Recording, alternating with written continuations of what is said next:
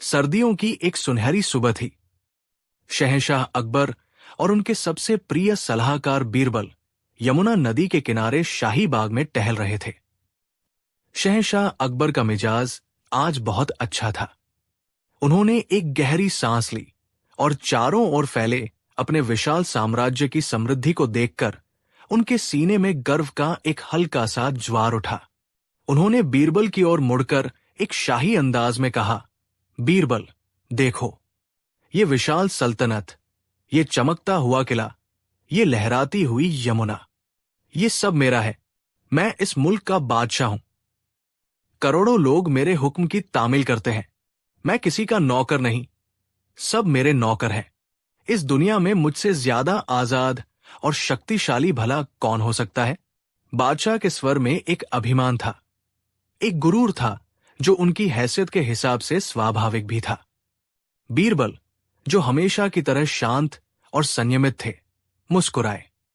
उन्होंने जमीन पर पड़े एक सूखे पत्ते को उठाया और उसे अपनी उंगलियों में घुमाते हुए बोले, आप बिल्कुल सही फरमाते हैं जहांपना। आप इस सल्तनत के मालिक हैं, लेकिन गुस्ताखी माफ हो।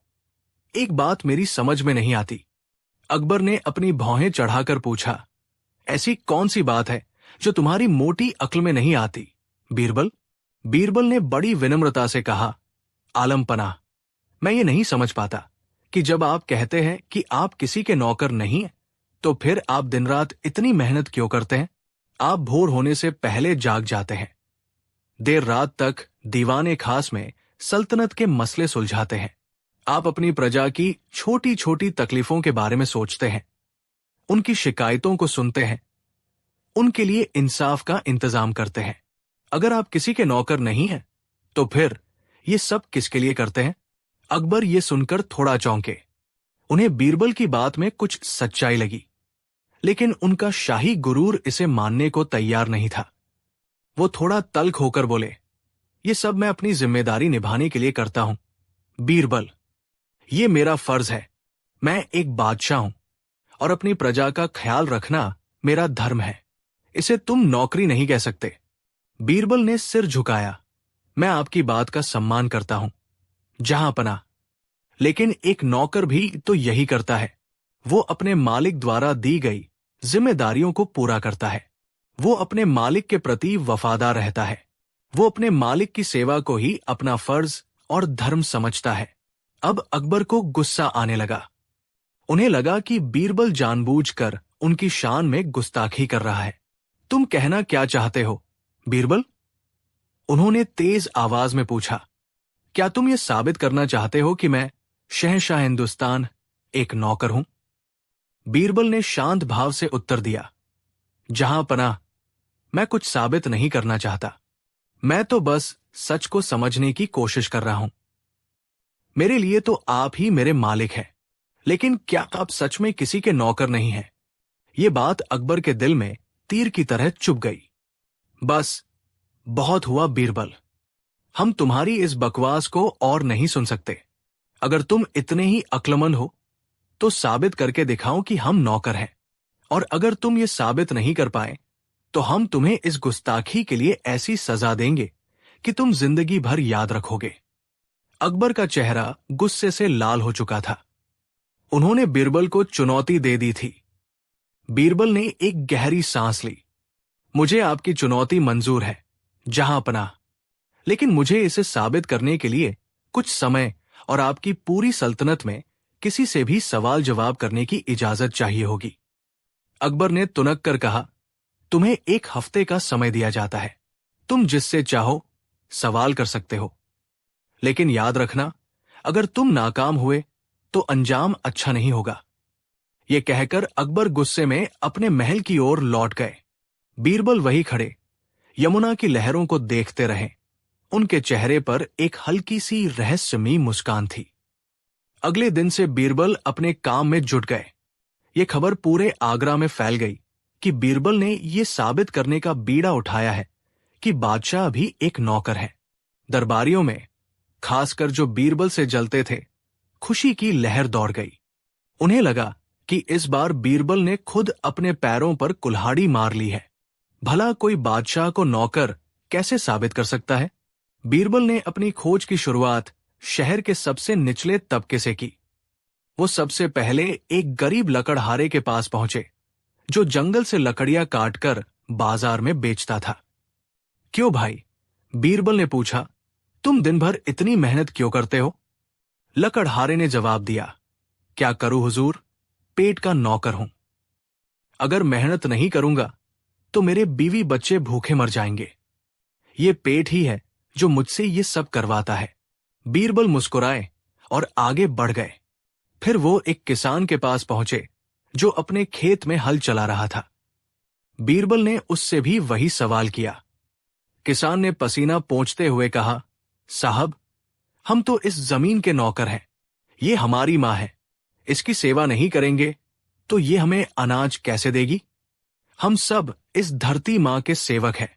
बीरबल ने ये जवाब अपनी पोथी में लिख लिया। इसके बाद वो शहर के सबसे बड़े सेठ धनपत राय की आलीशान हवेली में पहुंचे। सेठ जी अपनी तिजोरी में सोने चांदी के सिक्के गिन रहे थे। सेठ जी, बीरबल ने पूछा, आपके पास तो इतना धन है कि आपकी 7 पुश्तें बैठकर खा सकती हैं। फिर भी आप दिन रात इस धन को बढ़ाने में क्यों लगे रहते हैं? सेठ ने एक ठंडी सांस ली और कहा, क्या बताए बीरबल जी, हम तो इस दौलत के नौकर हैं। ये जितनी बढ़ती है, इसे संभालने और बढ़ाने की चिंता उतनी ही बढ़ जाती है। हमें रात को नींद तक नहीं आती। हम आजाद कहा, हम तो इस लक्ष्मी के गुलाम हैं। बीरबल ने सेठ जी का धन्यवाद किया और वहां से चल दिए। देखते देखते हफ्ता बीतने को आया। बीरबल ने सिपाही, कारीगर, हकीम, मुंशी, यहां तक कि शाही बावर्ची से भी बात की। हर किसी ने किसी न किसी रूप में खुद को किसी न किसी चीज का नौकर या सेवक बताया। कोई अपनी जिम्मेदारियों का नौकर था, कोई अपने परिवार का, कोई अपनी कला का, तो कोई अपनी आदतों का। अब फैसले का दिन करीब था। अकबर मन ही मन बेचैन थे। उन्हें बीरबल पर भरोसा तो था, लेकिन इस बार का मामला कुछ ज्यादा ही पेचीदा था। उन्हें डर था कि बीरबल कहीं सच में उन्हें नौकर न साबित कर दे। आखिरी दिन बीरबल ने एक बहुत ही अजीब काम किया। उन्होंने एक शाही फरमान जारी करवाया कि कल सुबह दीवाने खास में एक ऐसे शख्स को पेश किया जाए जो इस पूरी सल्तनत में किसी का भी नौकर न हो, जो पूरी तरह से आजाद हो। ऐसे शख्स को 100 सोने की अशर्फियां इनाम में दी जाएंगी। अगली सुबह दीवाने खास खचाखच भरा हुआ था। हर कोई ये देखने आया था कि बीरबल अपनी बात कैसे साबित करते हैं। दरबार की कार्यवाही शुरू हुई। बीरबल ने अकबर से इजाजत लेकर ऐलान किया, क्या इस दरबार में या इस पूरे आगरा शहर में कोई ऐसा शख्स है जो पूरी तरह से आजाद हो और किसी का भी नौकर न हो? अगर है तो सामने आए और 100 अशर्फिया ले जाए। यह सुनकर एक हट्टा कट्टा फटेहाल आदमी भीड़ में से आगे आया। वो नशे में धुत लग रहा था और उसकी आंखों में एक अजीब सी बेफिक्री थी। मैं हूं वो आदमी, उसने लड़खड़ाती आवाज में कहा। मैं किसी का नौकर नहीं, मेरा कोई घरबार नहीं, कोई परिवार नहीं, मैं किसी के लिए काम नहीं करता। मैं तो बस अपनी मर्जी का मालिक हूं। जब दिल करता है सो जाता हूं, जब दिल करता है भीख मांगकर खा लेता हूं या कहीं से कुछ उठाकर खा लेता हूं। लाओ मेरा इनाम। दरबार में बैठे सब लोग उसे देखकर हंसने लगे। बीरबल मुस्कुराए और उस आदमी के पास गए। तुम वाकई किसी के नौकर नहीं हो? बीरबल ने पूछा। बिल्कुल नहीं, वो आदमी अकड़कर बोला। अच्छा, बीरबल ने कहा, तो फिर तुम अपनी इन आदतों के नौकर हो जो तुम्हें काम नहीं करने देती। तुम अपनी इस नशे की लत के नौकर हो जो तुम्हें सही और गलत में फर्क नहीं करने देती। तुम अपनी इस कामचोरी के नौकर हो जिसने तुम्हें इस हाल में पहुंचा दिया है। एक आजाद इंसान जिम्मेदार होता है, तुम तो अपनी ही बुरी आदतों के गुलाम हो। तुम इनाम के हकदार नहीं हो। यह सुनकर वो आदमी शर्मिंदा हो गया और चुपचाप भीड़ में वापस लौट गया। अब दरबार में पूरी खामोशी थी। कोई भी शख्स आगे आने की हिम्मत नहीं कर रहा था। बीरबल अब बादशाह अकबर की ओर मुड़े उनका चेहरा गंभीर था और आवाज में एक गहरा सम्मान। जहांपनाह, उन्होंने कहा, मैंने पूरे हफ्ते आपकी सल्तनत में हर तरह के इंसान से बात की। मुझे कोई एक भी ऐसा इंसान नहीं मिला जो किसी न किसी का नौकर न हो। कोई पेट का नौकर है, कोई परिवार का, कोई अपनी कला का सेवक है तो कोई अपने ज्ञान का, कोई दौलत का गुलाम है तो कोई अपनी आदतों का।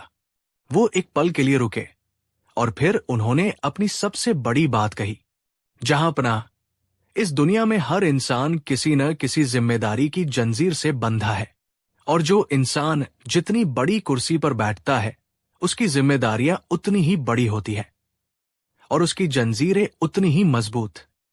बीरबल ने अकबर की आंखों में झांकते हुए कहा, एक आम इंसान सिर्फ अपने परिवार का नौकर होता है, एक सेठ अपने धन का, लेकिन आप तो इस सल्तनत की करोड़ों प्रजा के नौकर हैं। उनकी खुशी, उनकी सुरक्षा, उनका न्याय, ये सब आपकी जिम्मेदारी है। आप उनके सबसे बड़े सेवक हैं। आप उस ऊपर वाले के भेजे हुए नुमाइंदे हैं जिसने आपको ये प्रजा सौंपी है। आप उस खुदा के नौकर हैं जिसने आपको बादशाह बनाया है। बीरबल ने आगे बढ़कर कहा, एक नौकर होना कोई शर्म की बात नहीं है जहांपनाह, बल्कि ये तो गर्व की बात है। दुनिया का सबसे बड़ा इंसान वही है जो सबसे बड़ा सेवक हो। आप अपनी प्रजा की सेवा करते हैं, इसीलिए आप महान हैं। जिस दिन आप ये सेवा और ये जिम्मेदारी भूल जाएंगे, उस दिन आप बादशाह कहलाने का हक खो देंगे। ये सुनकर अकबर की आंखों में आंसू आ गए। उनका सारा गुरूर, सारा अभिमान पिघल कर बह गया। आज बीरबल ने उन्हें सिर्फ एक चुनौती का जवाब नहीं दिया था, बल्कि उन्होंने बादशाहत का असली मतलब समझा दिया था। उन्होंने अकबर को एक ऐसा आईना दिखाया था जिसमें उन्हें अपनी जिम्मेदारियों का असली चेहरा नजर आया था।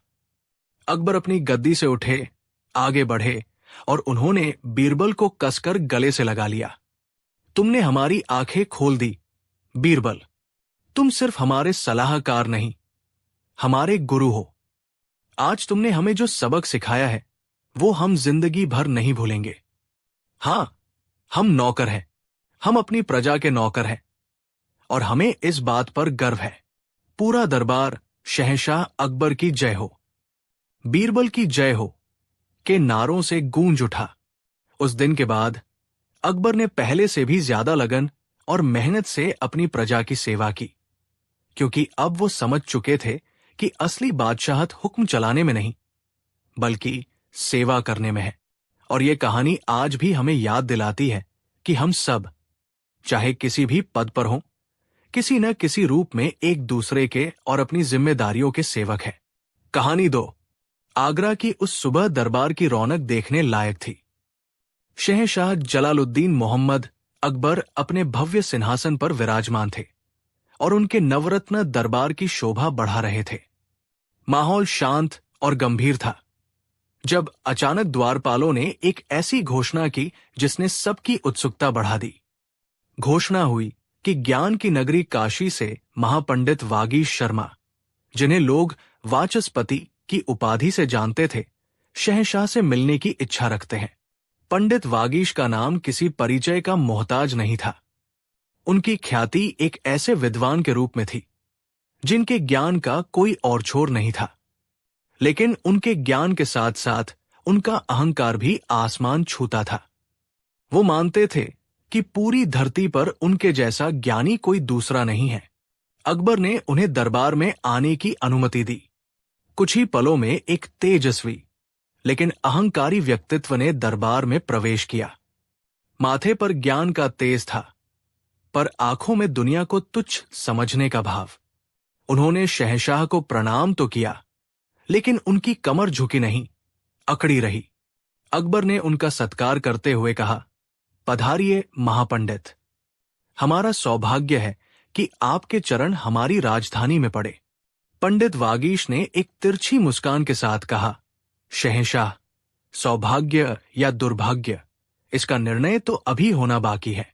मैंने सुना है कि आपके दरबार में बुद्धिमानों का जमघट लगा रहता है और उनमें भी सबसे ज्यादा चमक आपके सलाहकार बीरबल की है। मैं बस ये परखने आया हूं कि इस चमक के पीछे सचमुच का सूरज है या ये सिर्फ कांच का टुकड़ा है जो दूसरों की रोशनी से चमकता है। ये दरबार का खुला अपमान था। सभी दरबारी गुस्से से भर गए, लेकिन शहंशाह के सम्मान में चुप रहे। अकबर समझ गए कि ये पंडित सिर्फ ज्ञान का प्रदर्शन करने नहीं, बल्कि उन्हें नीचा दिखाने आया है। अकबर ने शांत भाव से कहा, पंडित जी, बीरबल की योग्यता पर हमें संदेह नहीं। आप अपनी जिज्ञासा अवश्य शांत कर सकते हैं। पंडित वागीश की नजरें बीरबल पर जा टिकी, जो अपनी जगह पर शांत बैठे थे। पंडित ने चुनौती भरे स्वर में कहा, तो बीरबल, मैं तुमसे 3 ऐसे प्रश्न पूछूंगा जिनका उत्तर शास्त्रों में भी स्पष्ट नहीं है। यदि तुमने इनका सही और संतोषजनक उत्तर दे दिया तो मैं मान लूंगा कि तुम सच में बुद्धिमान हो और मैं आज से तुम्हें अपना गुरु स्वीकार करूंगा। लेकिन यदि तुम असफल रहे तो तुम्हें पूरी सभा के सामने यह स्वीकार करना होगा कि तुम एक अज्ञानी हो और मेरे चरणों की धूल के बराबर भी नहीं। ये एक भयंकर शर्त थी। बीरबल की प्रतिष्ठा, अकबर का सम्मान और पूरे दरबार की इज्जत दांव पर लग गई थी। बीरबल अपनी जगह से उठे, विनम्रता से सिर झुकाया और बोले, पंडित जी, मैं तो ज्ञान के महासागर का एक छोटा सा प्यासा हूं।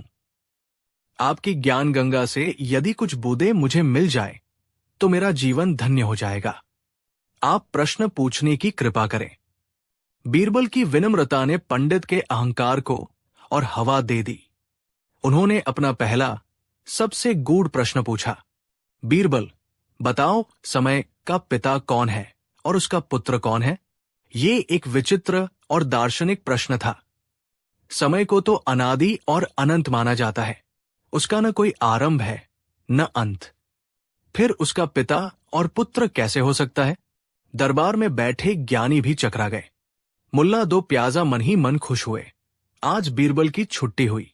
ये ऐसा प्रश्न है जिसका कोई उत्तर ही नहीं है। बीरबल ने एक पल के लिए अपनी आंखें बंद की, जैसे गहरे ध्यान में उतर गए हों।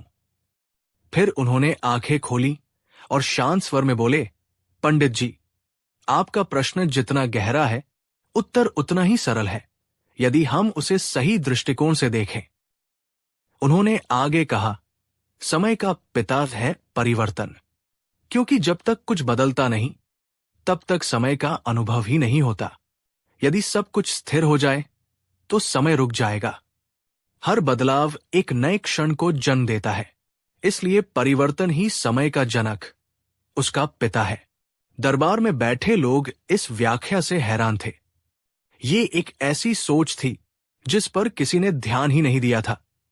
बीरबल ने अपनी बात जारी रखी, और समय का पुत्र है अवसर। समय जब भी आगे बढ़ता है, वो अपने साथ एक अवसर को जन्म देता है। हर बीता हुआ पल एक अवसर था, और हर आने वाला पल एक नया अवसर लेकर आएगा। हम इन अवसरों को पकड़ पाते हैं या नहीं, ये हम पर निर्भर करता है। इसलिए अवसर ही समय का सच्चा पुत्र है, जो समय के गर्भ से ही जन्म लेता है। ये उत्तर सुनकर पंडित वागीश अवाक रह गए। उन्होंने वेदों और पुराणों को छान मारा था, पर समय की ऐसी व्यावहारिक और तार्किक व्याख्या उन्हें कहीं नहीं मिली थी। दरबार वाह वाह के नारों से गूंज उठा, लेकिन पंडित अपनी हार इतनी आसानी से कैसे मान लेते? उन्होंने खुद को संभालते हुए कहा, ये तो शब्दों का खेल था। अब मेरे दूसरे प्रश्न का उत्तर दो, जो इससे भी ज्यादा कठिन है। सृष्टि का सबसे शक्तिशाली बंधन कौन सा है, जिसे न तलवार काट सकती है न आग जला सकती है? दरबारियों ने सोचा इसका उत्तर प्रेम या मां का दुलार होगा, लेकिन पंडित वागीश इतने सरल उत्तर से संतुष्ट होने वाले नहीं थे। बीरबल ने इस बार तुरंत जवाब दिया, पंडित जी, सृष्टि का सबसे शक्तिशाली बंधन है स्वार्थ का बंधन। ये उत्तर अप्रत्याशित था। पंडित ने चौंक कर पूछा, स्वार्थ? वह कैसे? बीरबल ने समझाया, प्रेम का बंधन टूट सकता है, मोह का बंधन छूट सकता है, रिश्ते नाते भी समय के साथ बदल जाते हैं, लेकिन स्वार्थ का बंधन ऐसा है जो इंसान को जीवन भर जकड़े रखता है। इसी बंधन के कारण एक राजा अपनी प्रजा पर अत्याचार करता है, एक भाई दूसरे भाई का दुश्मन बन जाता है और इंसानियत भूलकर लोग अधर्म के रास्ते पर चल पड़ते हैं। तलवार शरीर को काट सकती है, पर स्वार्थ की सोच को नहीं। आग सब कुछ जला सकती है, पर मन में बसी स्वार्थ की इच्छा को नहीं। जब तक इंसान अपने स्वार्थ के बंधन से मुक्त नहीं होता, तब तक उसे मोक्ष भी प्राप्त नहीं हो सकता। इसीलिए ये सृष्टि का सबसे शक्तिशाली और सबसे खतरनाक बंधन है। बीरबल के इस उत्तर में कड़वी सच्चाई थी, जिसे कोई नकार नहीं सकता था। पंडित वागीश को महसूस हुआ कि बीरबल सिर्फ किताबी ज्ञान नहीं, बल्कि जीवन के यथार्थ की गहरी समझ रखते हैं। उनका चेहरा थोड़ा फीका पड़ गया, लेकिन अपने अहंकार को बचाने के लिए उन्होंने अपना अंतिम और ब्रह्मास्त्र जैसा प्रश्न पूछा। ठीक है बीरबल, तुमने मेरे 2 प्रश्नों के उत्तर चतुराई से दिए, पर अब मेरा अंतिम प्रश्न सुनो, जिसका उत्तर त्रिकालदर्शी भी नहीं दे सकते। मैं यानी पंडित वागीश शर्मा इस समय अपने मन में क्या सोच रहा हूं? यह सवाल सुनते ही दरबार में हड़कंप मच गया।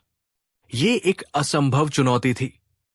किसी दूसरे के मन की बात जानना तो स्वयं ईश्वर के लिए भी संभव नहीं। अब बीरबल की हार निश्चित थी।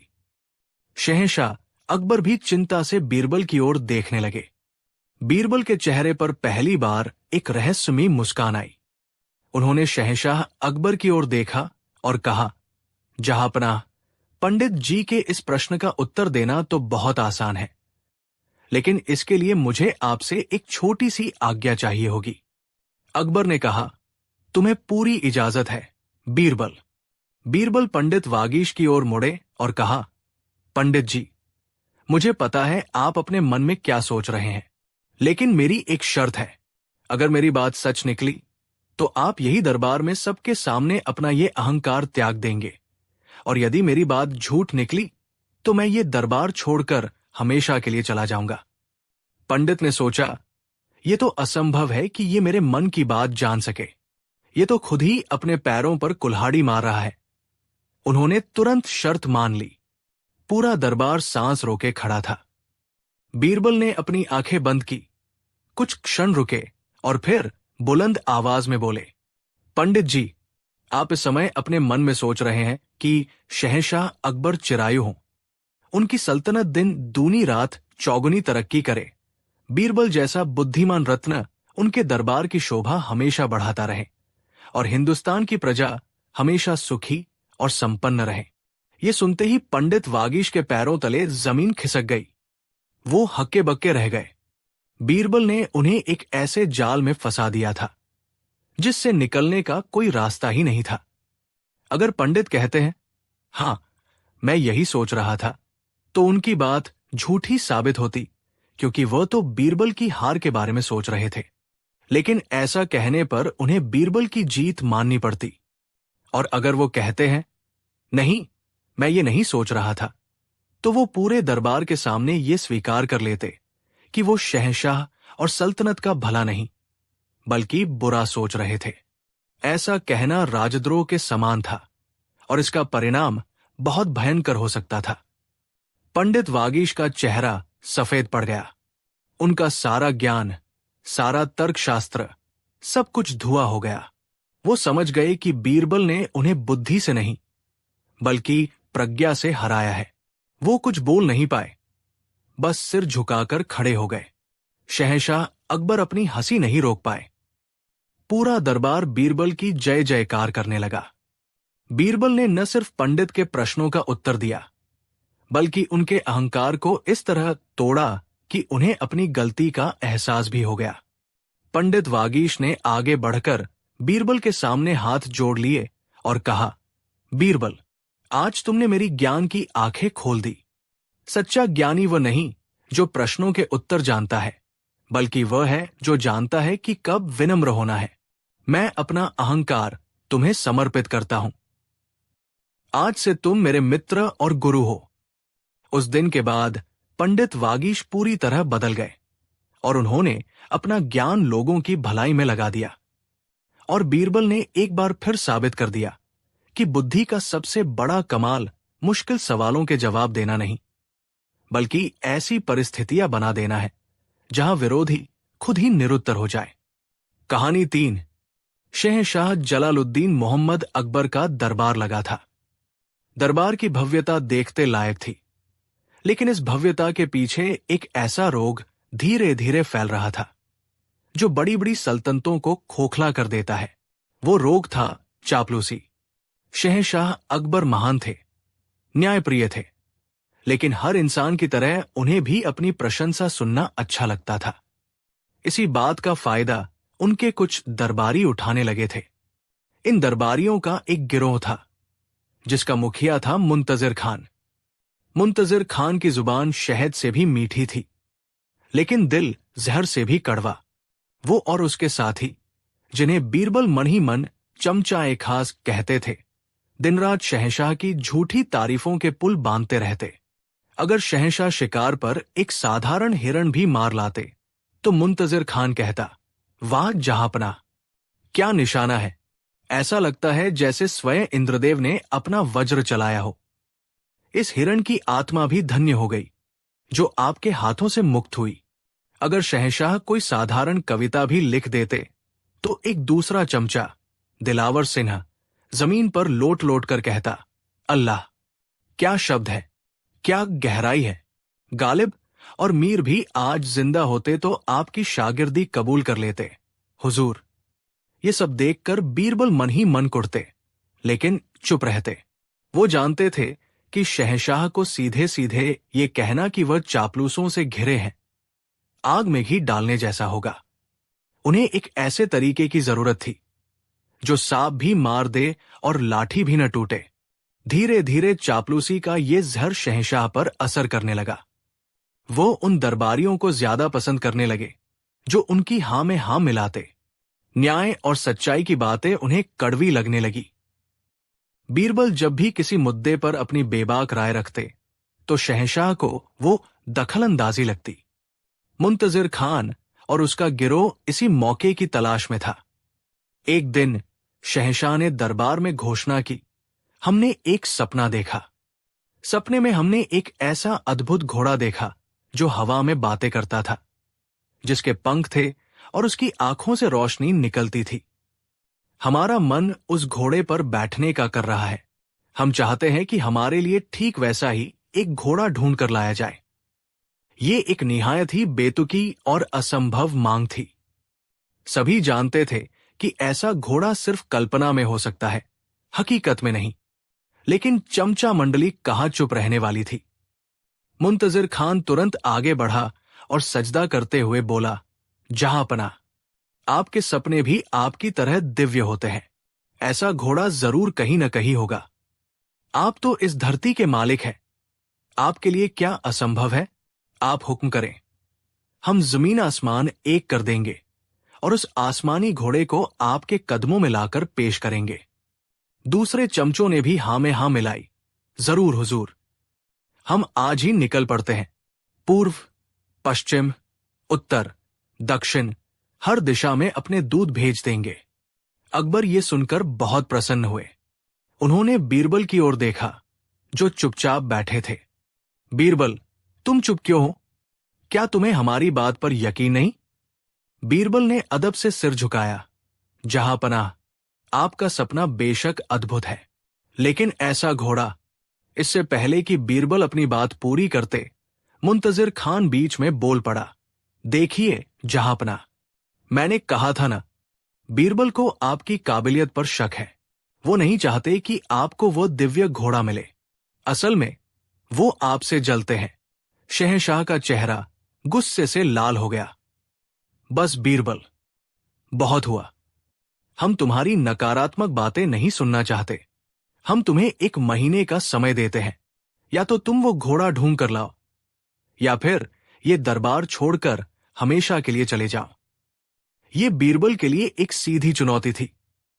दरबार में सन्नाटा छा गया। चमचा मंडली मन ही मन जश्न मना रही थी। उन्हें लगा कि उन्होंने आखिरकार बीरबल को फंसा ही लिया। बीरबल ने शांत भाव से शहंशाह का हुक्म स्वीकार कर लिया और दरबार से चले गए। दिन बीतने लगे। 1 हफ्ता, 2 हफ्ते, 3 हफ्ते गुजर गए। बीरबल का कहीं कोई अतापता नहीं था। मुंतजिर खान और उसके साथी रोज अकबर के कान भरते, देखा हुजूर, हमने कहा था ना, वो डरकर भाग गया, वो कभी वापस नहीं आएगा, वो झूठा और घमंडी है। शहंशाह का मन भी मानने लगा था कि शायद बीरबल इस बार सच में हार गए। उन्हें बीरबल की कमी खल रही थी, लेकिन उनका अहंकार उन्हें अपनी गलती मानने से रोक रहा था। ठीक 1 महीने बाद, जब सब मान चुके थे कि बीरबल नहीं लौटेंगे, तब बीरबल दरबार में हाजिर हुए। उनके कपड़े मैले थे, दाढ़ी बढ़ी हुई थी और चेहरे पर थकान थी, मानो वो लंबी यात्रा से लौटे हों। अकबर ने उन्हें देखते ही कड़क आवाज में पूछा, कहाँ थे तुम, बीरबल? और हमारा घोड़ा कहाँ है? बीरबल ने जमीन चूम कर कहा, जहां पनाह, मैं आपके सपने वाले घोड़े की खोज में ही गया था, और खुशखबरी यह है कि मुझे वो घोड़ा मिल गया है। ये सुनते ही पूरे दरबार में हलचल मच गई। मुंतजिर खान और उसके साथियों के तो होश ही उड़ गए। ये कैसे हो सकता है? अकबर की आंखों में भी आश्चर्य और खुशी की चमक आ गई। कहाँ है वो घोड़ा? जल्दी पेश करो। बीरबल ने कहा, जहांपनाह, घोड़ा तो मिल गया है, लेकिन उसके मालिक की कुछ अजीब शर्तें हैं। क्या शर्तें हैं? अकबर ने उत्सुकता से पूछा। बीरबल ने कहा, उस घोड़े का मालिक कोई इंसान नहीं, बल्कि एक देवदूत है। उसका कहना है कि वो घोड़ा दिव्य है, इसलिए उसे लेने के लिए कोई दिव्य व्यक्ति ही आना चाहिए। मुंतजिर खान तुरंत बोला, तो इसमें क्या बड़ी बात है? हमारे शहंशाह से ज्यादा दिव्य और कौन हो सकता है? वो तो इस धरती पर ईश्वर की परछाई है। बीरबल ने कहा, हां, देवदूत भी यही मानते हैं, लेकिन उनकी एक और शर्त है। उनका कहना है कि घोड़े को अस्तबल में रखने के लिए एक ऐसी जगह चाहिए जो न तो जमीन पर हो न आसमान में। ये सुनकर सब चकरा गए। ऐसी जगह कहाँ हो सकती है? दिलावर सिंह ने तुरंत अपनी चापलूसी का तीर छोड़ा। हुजूर, आप तो सर्वशक्तिमान हैं, आप चाहें तो हवा में महल बनवा सकते हैं। ये कौन सी बड़ी बात है? अकबर भी जोश में आ गए। हां, हम अपने कारीगरों को हुक्म देंगे, वे कोई न कोई उपाय निकाल ही लेंगे। और कोई शर्त? बीरबल ने अपनी आंखें झुकाकर कहा, एक आखिरी और सबसे जरूरी शर्त है, जहांपनाह। क्या है वो? देवदूत का कहना है कि घोड़े को लाने और उस पर पहली सवारी करने के लिए एक ऐसा इंसान चाहिए जिसने अपने जीवन में कभी कोई पाप न किया हो, कभी झूठ न बोला हो, और जिसके मन में कभी कोई बुरा विचार न आया हो।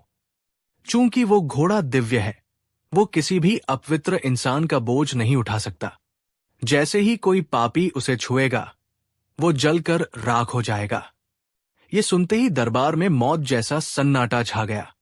बीरबल ने मुंतजिर खान की ओर देखा और कहा, मुंतजिर खान साहब, आप तो शहंशाह के सबसे वफादार और नेक दरबारी हैं।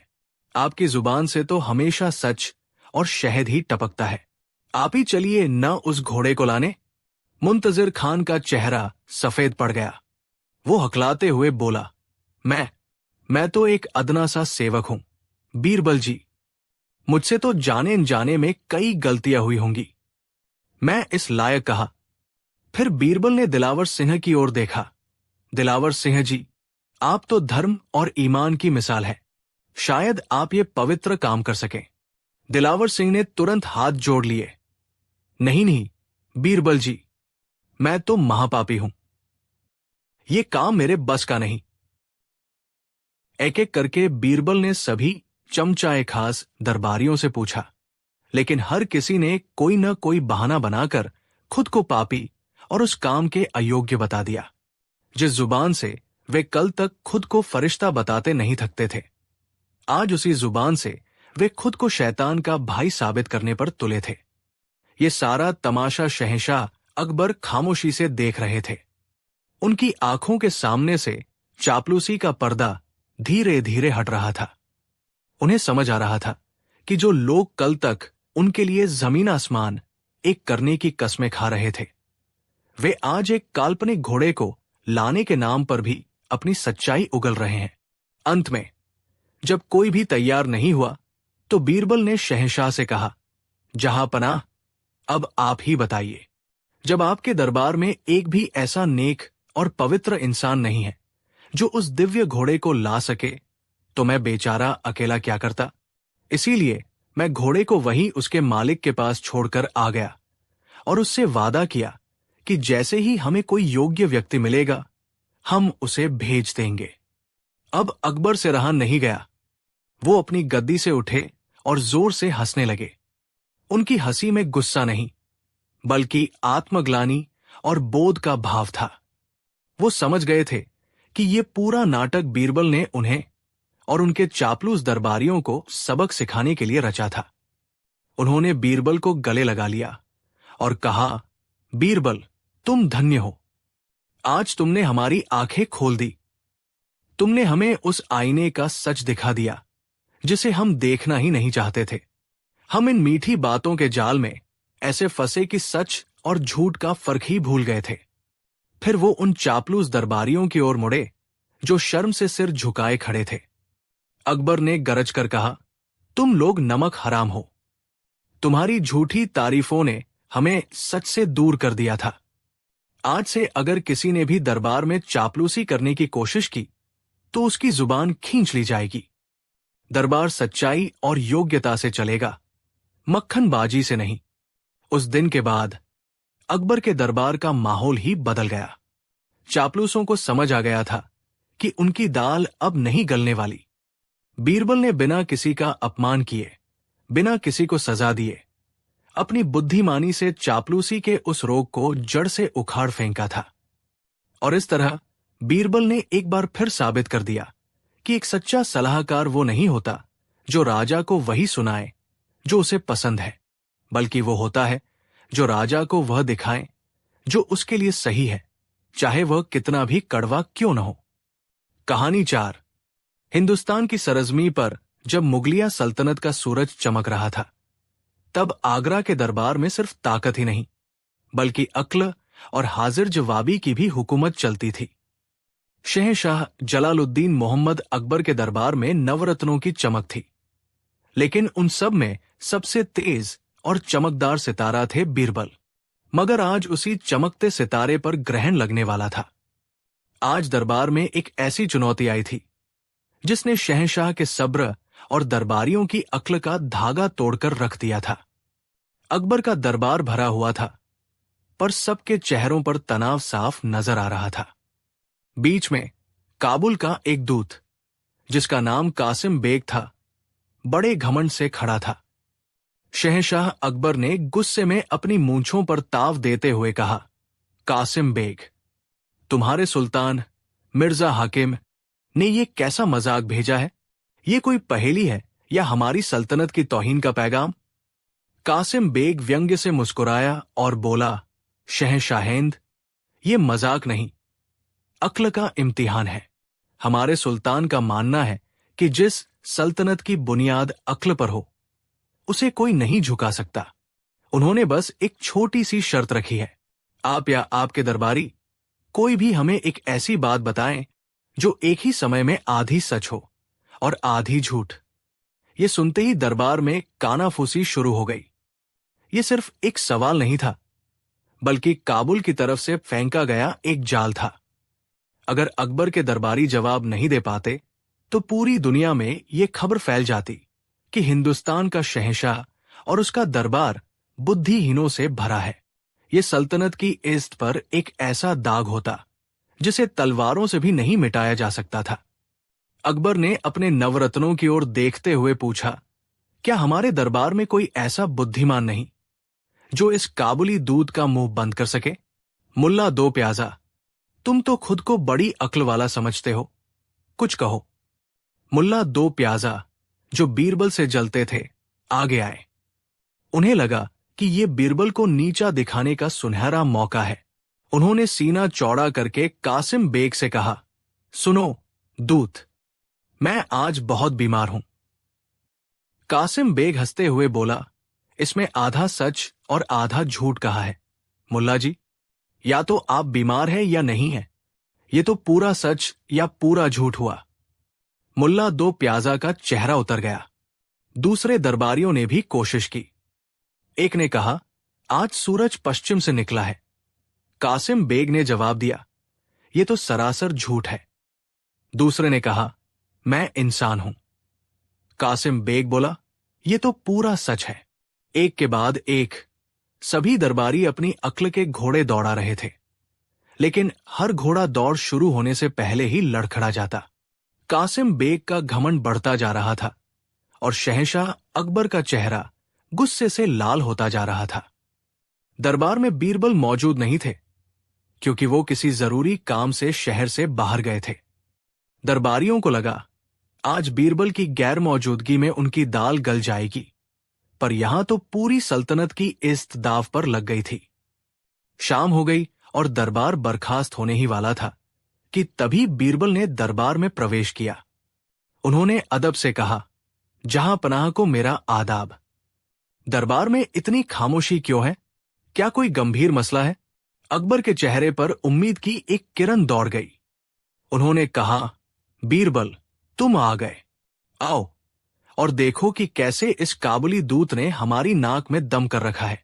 इसने एक ऐसी पहेली पूछी है जिसने हमारे सभी अक्लमंदों को पानी पिला दिया है। बीरबल ने पूरी बात सुनी। उनका चेहरा शांत रहा, जैसे ये कोई मामूली बात हो।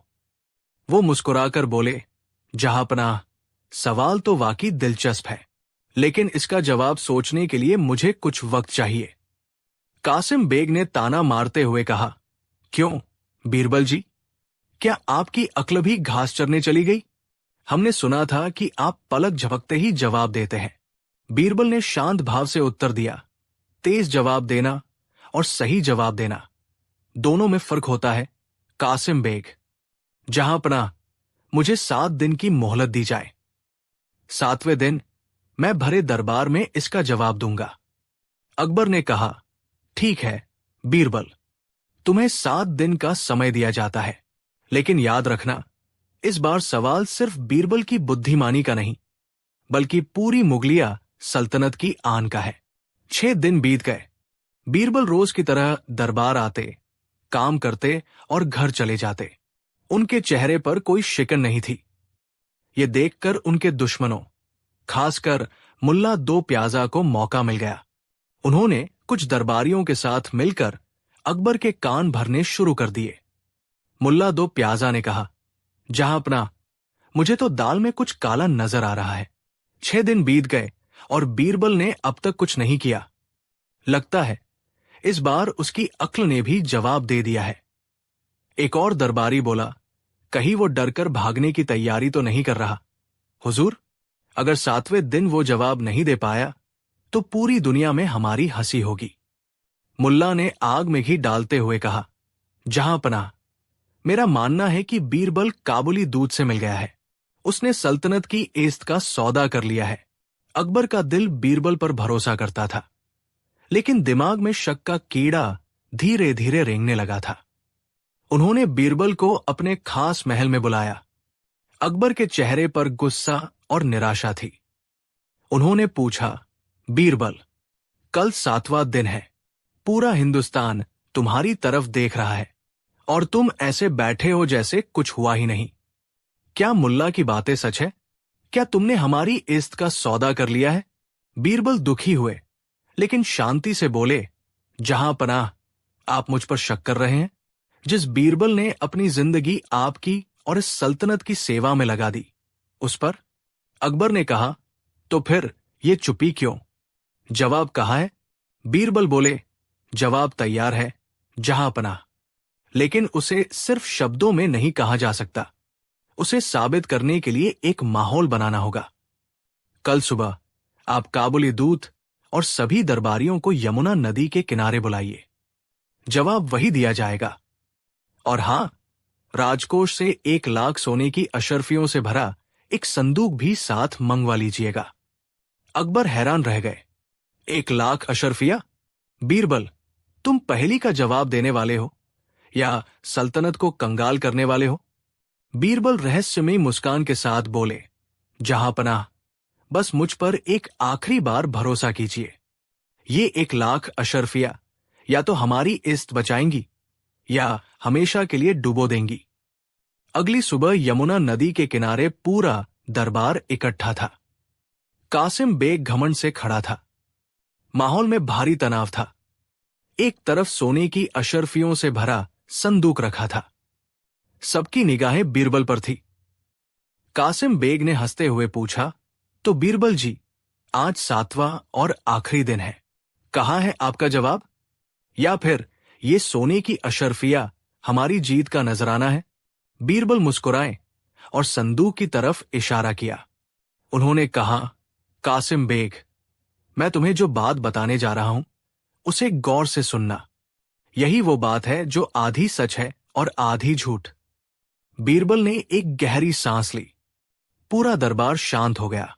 उन्होंने कासिम बेग की आंखों में आंखें डालकर बुलंद आवाज में कहा, आज से ठीक 1 साल पहले इसी दिन तुम्हारे सुल्तान मिर्जा हाकिम ने शहंशाहन से 1 लाख सोने की अशर्फिया उधार ली थी। ये सुनते ही पूरे दरबार में सन्नाटा छा गया। कासिम बेग का चेहरा सफेद पड़ गया। अकबर भी हैरान रह गए। कासिम बेग हकलाने लगा, ये सरासर झूठ है। हमारे महान सुल्तान किसी से उधार नहीं लेते। ये मुगलिया सल्तनत की तौहीन है। बीरबल ने शांत भाव से पूछा, अच्छा, तो तुम मानते हो कि यह बात झूठी है? कासिम बेग ने गुस्से में कहा, हां, बिल्कुल झूठ, 100% झूठ। बीरबल मुस्कुराते हुए अकबर की ओर मुड़े और संदूक की तरफ इशारा करते हुए बोले, बहुत खूब। अगर यह बात झूठी है तो इसका मतलब है कि तुम्हारे सुल्तान ने कोई उधार नहीं लिया। तो फिर ये 1 लाख अशर्फिया जो मैं उन्हें लौटाने के लिए लाया था, अब हमारी हुई। बीरबल ने सैनिकों को संदूक वापस ले जाने का इशारा किया। अब कासिम बेग की हालत देखने लायक थी। उसकी आंखों के सामने से 1 लाख सोने की अशर्फिया जा रही थी। उसका दिमाग तेजी से घुमा और वो घबराकर लगभग चिल्लाते हुए बोला, रुको, ठहरो, नहीं, नहीं, मेरा मतलब, ये बात सच है। दरबार में फिर से सन्नाटा छा गया। अब लोग बीरबल की चाल समझ रहे थे। बीरबल ने हैरानी का नाटक करते हुए कहा, अरे, अब तुम कह रहे हो कि यह बात सच है? यानी तुम्हारे सुल्तान ने सच में हमसे उधार लिया था? कासिम बेग लालच में फंसकर बोला, हां, हां, बिल्कुल सच है। उन्होंने उधार लिया था। लाइए, हमारी अमानत हमें सौंप दीजिए। ये सुनते ही बीरबल जोर से हंस पड़े। उन्होंने अकबर की ओर मुड़कर कहा, जहांपनाह, यही है वो बात जो आधी सच और आधी झूठ है। अगर कासिम बेग इसे झूठ कहता है तो वो 1 लाख अशर्फियों से हाथ धो बैठता है, और अगर लालच में आकर वो इसे सच कहता है तो वो पूरी दुनिया के सामने ये मान लेता है कि उसका सुल्तान मुगलिया सल्तनत का कर्जदार है। ये बात सच भी है और झूठ भी। इसकी सच्चाई या झूठ सुनने वाले की मर्जी पर निर्भर करती है। बीरबल ने अपनी बात खत्म की और पूरा यमुना का किनारा तालियों और वाह वाह की आवाजों से गूंज उठा। शहंशाह अकबर अपनी गद्दी से उठ खड़े हुए। उनकी आंखों में बीरबल के लिए गर्व और सम्मान था। कासिम बेग का चेहरा शर्म से झुक गया था। उसके पास कहने के लिए एक शब्द नहीं था। अकबर ने बीरबल के कंधे पर हाथ रखकर कहा, बीरबल, तुमने आज साबित कर दिया कि तलवार की धार से ज्यादा तेज अक्ल की धार होती है। तुमने सिर्फ एक पहेली नहीं सुलझाई, बल्कि बिना जंग लड़े काबुल को ऐसा सबक सिखाया है जिसे वो सदियों तक नहीं भूलेंगे। फिर उन्होंने मुल्ला दो प्याजा और दूसरे जलने वाले दरबारियों की ओर घूर कर देखा और बोले, और जो लोग बीरबल की वफादारी पर शक कर रहे थे उन्हें भी अपना जवाब मिल गया होगा। याद रखो, कोयले को कितना भी रगड़ो वो हीरा नहीं बन सकता, और हीरे पर कितनी भी कीचड़ उछालो उसकी चमक कम नहीं होती। शहंशाह ने बीरबल को वही 1 लाख अशर्फियों का संदूक इनाम में देने का ऐलान किया। इस तरह बीरबल ने एक बार फिर साबित कर दिया कि बुद्धि का सही इस्तेमाल बड़ी से बड़ी मुश्किलों को बिना ताकत का इस्तेमाल किए हल कर सकता है। कहानी 5। एक दिन जब दरबार लगा हुआ था, सभी मंत्रीगण अपनी अपनी जगह पर विराजमान थे। माहौल में एक अजीब सी गंभीरता थी। पिछले कुछ हफ्तों से सल्तनत के राजस्व का एक पेचीदा मसला शहंशाह अकबर के लिए सिर दर्द बना हुआ था। बड़े बड़े मुंशी और खजांची अपनी सारी अक्ल लगाकर हार चुके थे, लेकिन हिसाब में हो रही गड़बड़ी पकड़ में नहीं आ रही थी। शहंशाह का चेहरा गुस्से से तमतमाया हुआ था। उनकी गहरी आंखें दरबार में बैठे हर शख्स के चेहरे पर घूम रही थी, मानो किसी एक व्यक्ति की तलाश में हो जो इस उलझन को सुलझा सके। और वो तलाश हमेशा की तरह एक ही नाम पर आकर खत्म होती थी, बीरबल। बीरबल, जो अब तक खामोशी से सब कुछ देख सुन रहे थे, बादशाह का इशारा पाते ही अपनी जगह से उठे। उन्होंने अदब से सलाम किया और उस जटिल मसले के कागजात अपने हाथ में ले लिए। कुछ देर तक वो उन अंकों और हिसाब किताब की भूल भुलैया में खोए रहे। पूरा दरबार सांस रोके उन्हें देख रहा था। दरबार के कुछ कोने में बैठे मुल्ला दो प्याजा और दीवान जमान बेग जैसे दरबारी मन ही मन मुस्कुरा रहे थे। उन्हें लग रहा था कि आज पहली बार बीरबल इस चक्रव्यूह में फंसेगा और बादशाह की नजरों से गिरेगा। लेकिन बीरबल तो बीरबल थे। लगभग आधे घंटे की खामोशी के बाद उन्होंने अपना सिर उठाया। उनके चेहरे पर एक हल्की सी मुस्कान थी। जहां पनाह, बीरबल ने कहा, समस्या जितनी बड़ी दिख रही है उतनी है नहीं। ये बस नजरों का धोखा है। हमारे मुंशियों ने मालवा से आने वाले राजस्व को गुजरात के खाते में जोड़ दिया है और गुजरात के कर को मालवा के साथ मिला दिया है। अगर इन दोनों सूबों के हिसाब को अलग अलग जांचा जाए तो खजाने का हर एक सिक्का अपनी सही जगह पर मिलेगा। ये सुनते ही शाही खजांची ने तुरंत कागजों की दोबारा जांच की और बीरबल की बात 100% सच निकली। समस्या पलक झपकते ही सुलझ गई थी। बादशाह अकबर का चेहरा खिल उठा। उन्होंने अपनी उंगली से बेशकीमती हीरे की अंगूठी निकाली और बीरबल की ओर बढ़ाते हुए कहा, मान गए बीरबल, तुम्हारी नजरों से कुछ नहीं बच सकता।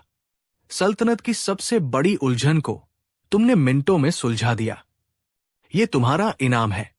पूरा दरबार बीरबल की जय जयकार करने लगा। लेकिन इस जय जयकार के शोर में कुछ लोगों के दिलों में जल रही ईर्ष्या की आग और भी भड़क उठी। जमान बेग और मुल्ला दो प्याजा जैसे दरबारियों के लिए यह देखना असहनीय था कि हर बार सारी वाहवाही बीरबल ही लूट ले जाता है। शाम को जमान बेग की हवेली में एक गुप्त महफिल जमी। मुल्ला दो प्याजा ने कड़वाहट से कहा, आखिर कब तक हम इस भांड की बुद्धिमानी के किस्से सुनते रहेंगे? बादशाह तो उसके बिना पानी भी नहीं पीते। हमें कुछ ऐसा करना होगा कि बादशाह के दिल से बीरबल का सम्मान हमेशा के लिए खत्म हो जाए। जमान बेग, जो अपनी कुटिल बुद्धि के लिए जाना जाता था, मुस्कुराया। उसे हराने के लिए उसकी बुद्धि से नहीं, बादशाह के गुस्से से काम लेना होगा। बादशाह इन दिनों वैसे भी सल्तनत के कामों से चिशे हुए हैं। हमें बस एक चिंगारी लगानी है। हमें बादशाह को यह यकीन दिलाना होगा कि बीरबल अपनी अक्ल के घमंड में चूर हो गया है और अब वो खुद को बादशाह से भी बड़ा समझने लगा है। अगले कुछ दिनों तक इन दरबारियों ने अपनी योजना पर काम किया। वे छोटी छोटी बातों पर बादशाह के कान भरने लगे। देखिए हुजूर, बीरबल आजकल दरबार में देर से आते हैं। या जहांपना, कल बीरबल ने आपकी बात पूरी होने से पहले ही अपनी बात कह दी थी। ये तो आपका अपमान है। अकबर शुरू में इन बातों को नजरअंदाज करते रहे क्योंकि उन्हें बीरबल पर पूरा भरोसा था।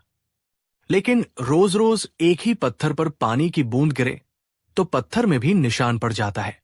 धीरे धीरे अकबर के मन में भी बीरबल के प्रति एक अनकही सी झुंझलाहट पैदा होने लगी। और फिर वह दिन आ ही गया जिसका उन दरबारियों को बेसब्री से इंतजार था। उस दिन दरबार में किसी पड़ोसी राज्य से आए एक दूत ने एक पहेली रखी। पहेली बड़ी कठिन थी। दरबार के बड़े बड़े विद्वान और सलाहकार सिर झुकाए बैठे थे। किसी के पास उसका जवाब नहीं था। अकबर का पारा चढ़ने लगा। अपनी सल्तनत की इज्जत दांव पर लगी थी। हमेशा की तरह उन्होंने उम्मीद भरी नजरों से बीरबल की ओर देखा। बीरबल, क्या तुम्हारी अक्ल ने भी आज जवाब दे दिया है? बीरबल मुस्कुराए और बोले, जहांपनाह, जवाब तो बहुत सीधा है, लेकिन उसे समझने के लिए सोच को थोड़ा घुमाना पड़ेगा। और फिर उन्होंने 2 वाक्यों में उस पहेली का ऐसा सटीक और हाजिर-जवाबी से भरा जवाब दिया कि वो दूध भी दंग रह गया और उसने बादशाह अकबर की सल्तनत की बुद्धिमानी का लोहा मान लिया। दरबार एक बार फिर वाह बीरबल, वाह के नारों से गूंज उठा। लेकिन इस बार अकबर खुश होने के बजाय और भी ज्यादा चिढ़ गए। दरबारियों द्वारा भरे गए कान और अपनी सल्तनत की पिछली नाकामियों का गुस्सा सब एक साथ मिलकर उनके स्वाभिमान पर चोट कर रहा था। उन्हें लगा कि बीरबल जानबूझकर इंतजार करता है ताकि जब सब हार मान ले तब वो अपनी बुद्धिमानी का प्रदर्शन करके सारी वाहवाही लूट सके। उनके चेहरे पर क्रोध की रेखाएं उभर आई। दरबार की जय जयकार उन्हें चुभ रही थी। बस करो ये चापलूसी, बादशाह अकबर सिंहासन पर खड़े होकर दहाड़े। पूरा दरबार एक पल में कांपकर खामोश हो गया। सब हैरान थे कि बादशाह को अचानक इतना गुस्सा क्यों आ गया। अकबर ने अपनी तर्जनी उंगली बीरबल की ओर उठाई। उनकी आंखों में अंगारे दहक रहे थे। और तुम बीरबल, तुम खुद को समझते क्या हो? सोचते हो कि तुम्हारे बिना इस सल्तनत का एक पत्ता भी नहीं हिल सकता? हर बात में अपनी अक्ल का दिखावा करना तुम्हारी आदत बन गई है। बीरबल शांत खड़े रहे। उन्होंने बस अपना सिर झुका लिया। लेकिन अकबर का गुस्सा 7वें आसमान पर था। दरबारियों की महीनों की साजिश आज रंग ला रही थी। गुस्से और झुंझलाहट में बादशाह अपने शब्दों का नियंत्रण खो बैठे। तुम्हें और एक गधे में कोई फर्क नहीं है। बस फर्क इतना है कि गधा 4 पैरों पर चलता है और तुम 2 पैरों पर। समझे? तुम एक नंबर के गधे हो। ये सुनते ही पूरे दरबार में मौत जैसा सन्नाटा छा गया। हवा भी जैसे थम सी गई थी। शहंशाह हिंदुस्तान ने अपने सबसे काबिल नवरत्न को भरे दरबार में गधा कह दिया था। ये एक ऐसा अपमान था जिसकी किसी ने कल्पना भी नहीं की थी। जमान बेग और मुल्ला 2 प्याजा की आंखें खुशी से चमक रही थी। उनकी साजिश कामयाब हो चुकी थी। सबकी नजरें बीरबल पर थी। सबको लगा कि आज बीरबल या तो अपमान से रो पड़ेंगे या गुस्से में कुछ ऐसा कह देंगे कि उनकी गर्दन कलम कर दी जाएगी। लेकिन बीरबल के चेहरे पर न गुस्सा था, न दुख, न कोई शिकन। उन्होंने अपना झुका हुआ सिर उठाया, बादशाह की आंखों में देखा और एक बहुत ही शांत और गंभीर आवाज में बोले, जो हुक्म जहांपना। आपने हमें गधा कहा तो हम गधा ही सही। आपकी बात पत्थर की लकीर है। इतना कहकर बीरबल चुपचाप दरबार से बाहर चले गए। उनका ये शांत व्यवहार किसी बड़े तूफान के आने का संकेत दे रहा था। अगले दिन बीरबल दरबार में नहीं आए। दूसरा दिन बीता, तीसरा दिन बीता, पूरा हफ्ता गुजर गया, लेकिन बीरबल का कहीं कोई अतापता नहीं था। अब बादशाह अकबर को चिंता होने लगी। उनका गुस्सा ठंडा हो चुका था और अब उन्हें अपने कहे हुए शब्दों पर गहरा पछतावा हो रहा था। उन्हें एहसास हो गया था कि उन्होंने दरबारियों के बहकावे में आकर और अपनी झुंझलाहट में बीरबल का दिल बहुत दुखाया है। बीरबल के बिना दरबार सूना और बेजान लगता था। सल्तनत के कई जरूरी काम रुक गए थे क्योंकि उन पर बीरबल की सलाह के बिना फैसला लेना मुश्किल था। अकबर ने अपने सिपाहियों को बीरबल को ढूंढने भेजा, लेकिन वो अपने घर पर भी नहीं थे। शहर में तरह तरह की बातें होने लगी। किसी ने कहा बीरबल अपमान सह न सके और हमेशा के लिए आगरा छोड़कर चले गए। एक सुबह जब अकबर इसी चिंता में डूबे थे तो एक हरकारा दौड़ता हुआ आया। आलम पनाह, बीरबल जी मिल गए हैं। अकबर ने बेचैनी से पूछा, कहाँ है वो और कर क्या रहा है? हरकारे ने डरते डरते जवाब दिया, हुजूर, वो शहर के बाहर धोबियों के घाट पर है और वो वहां गधों के साथ बैठे बातें कर रहे हैं। ये सुनकर पूरा दरबार हैरान रह गया। अकबर को लगा कि बीरबल शायद सदमे में अपना दिमागी संतुलन खो बैठे हैं। वो फौरन अपने कुछ खास लोगों के साथ उस घाट की ओर चल पड़े। वहां का नजारा वाकई अजीब था। बीरबल मैले कुचैले कपड़ों में जमीन पर बैठे थे और उनके चारों ओर दर्जनों गधे खड़े थे। जो अपनी भाषा में ढेंचू कर रहे थे। बीरबल बड़े ध्यान से उनकी बातें सुन रहे थे, बीच बीच में सिर हिला रहे थे और अपनी एक छोटी सी पोथी में कुछ लिखते जा रहे थे। अकबर ने आगे बढ़कर कहा, बीरबल, ये क्या पागलपन है? तुम यहां इन जानवरों के बीच क्या कर रहे हो? बीरबल ने बादशाह को देखा, खड़े हुए और अदब से सलाम किया। माफी चाहता हूं जहां पनाह, मैं पागल नहीं हुआ हूं। मैं तो बस आपका हुक्म पूरा कर रहा हूं। हमारा हुक्म? अकबर ने हैरानी से पूछा। हमने तुम्हें यह सब करने का हुक्म कब दिया? बीरबल ने बड़ी विनम्रता से जवाब दिया, हुजूर, आपने ही तो भरे दरबार में कहा था कि मैं एक गधा हूं।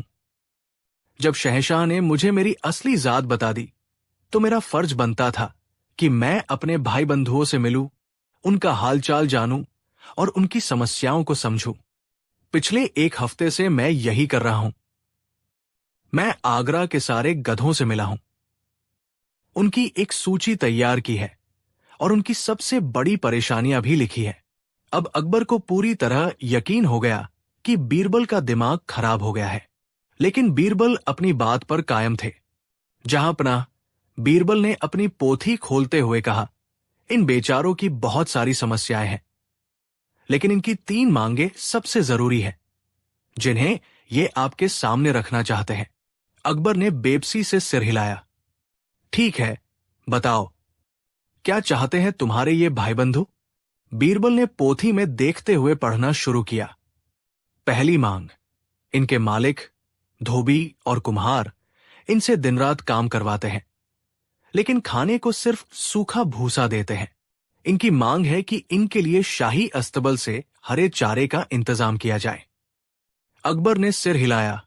ठीक है, मान लिया। बीरबल ने आगे पढ़ा। दूसरी मांग, काम करते समय इनके मालिक इन्हें बहुत मारते पीटते हैं। इनकी दरख्वास्त है कि एक कानून बनाया जाए कि कोई भी मालिक अपने गधे पर दिन में 10 डंडों से ज्यादा नहीं बरसाएगा। अकबर को अब इस सारे नाटक में मजा आने लगा था। उन्होंने मुस्कुराते हुए कहा, ठीक है, यह भी मंजूर है। और तीसरी मांग? अकबर ने पूछा।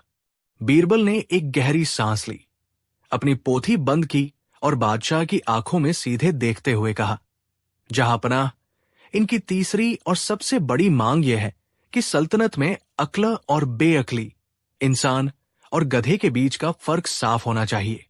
इसका क्या मतलब? अकबर ने पूछा। बीरबल ने जवाब दिया, इनका कहना है कि जब कोई बुद्धिमान इंसान गलती करता है या किसी की बात नहीं मानता, तो उसे गधा कह दिया जाता है। यह हम गधों का घोर अपमान है। हम गधे तो अपने मालिक के वफादार होते हैं।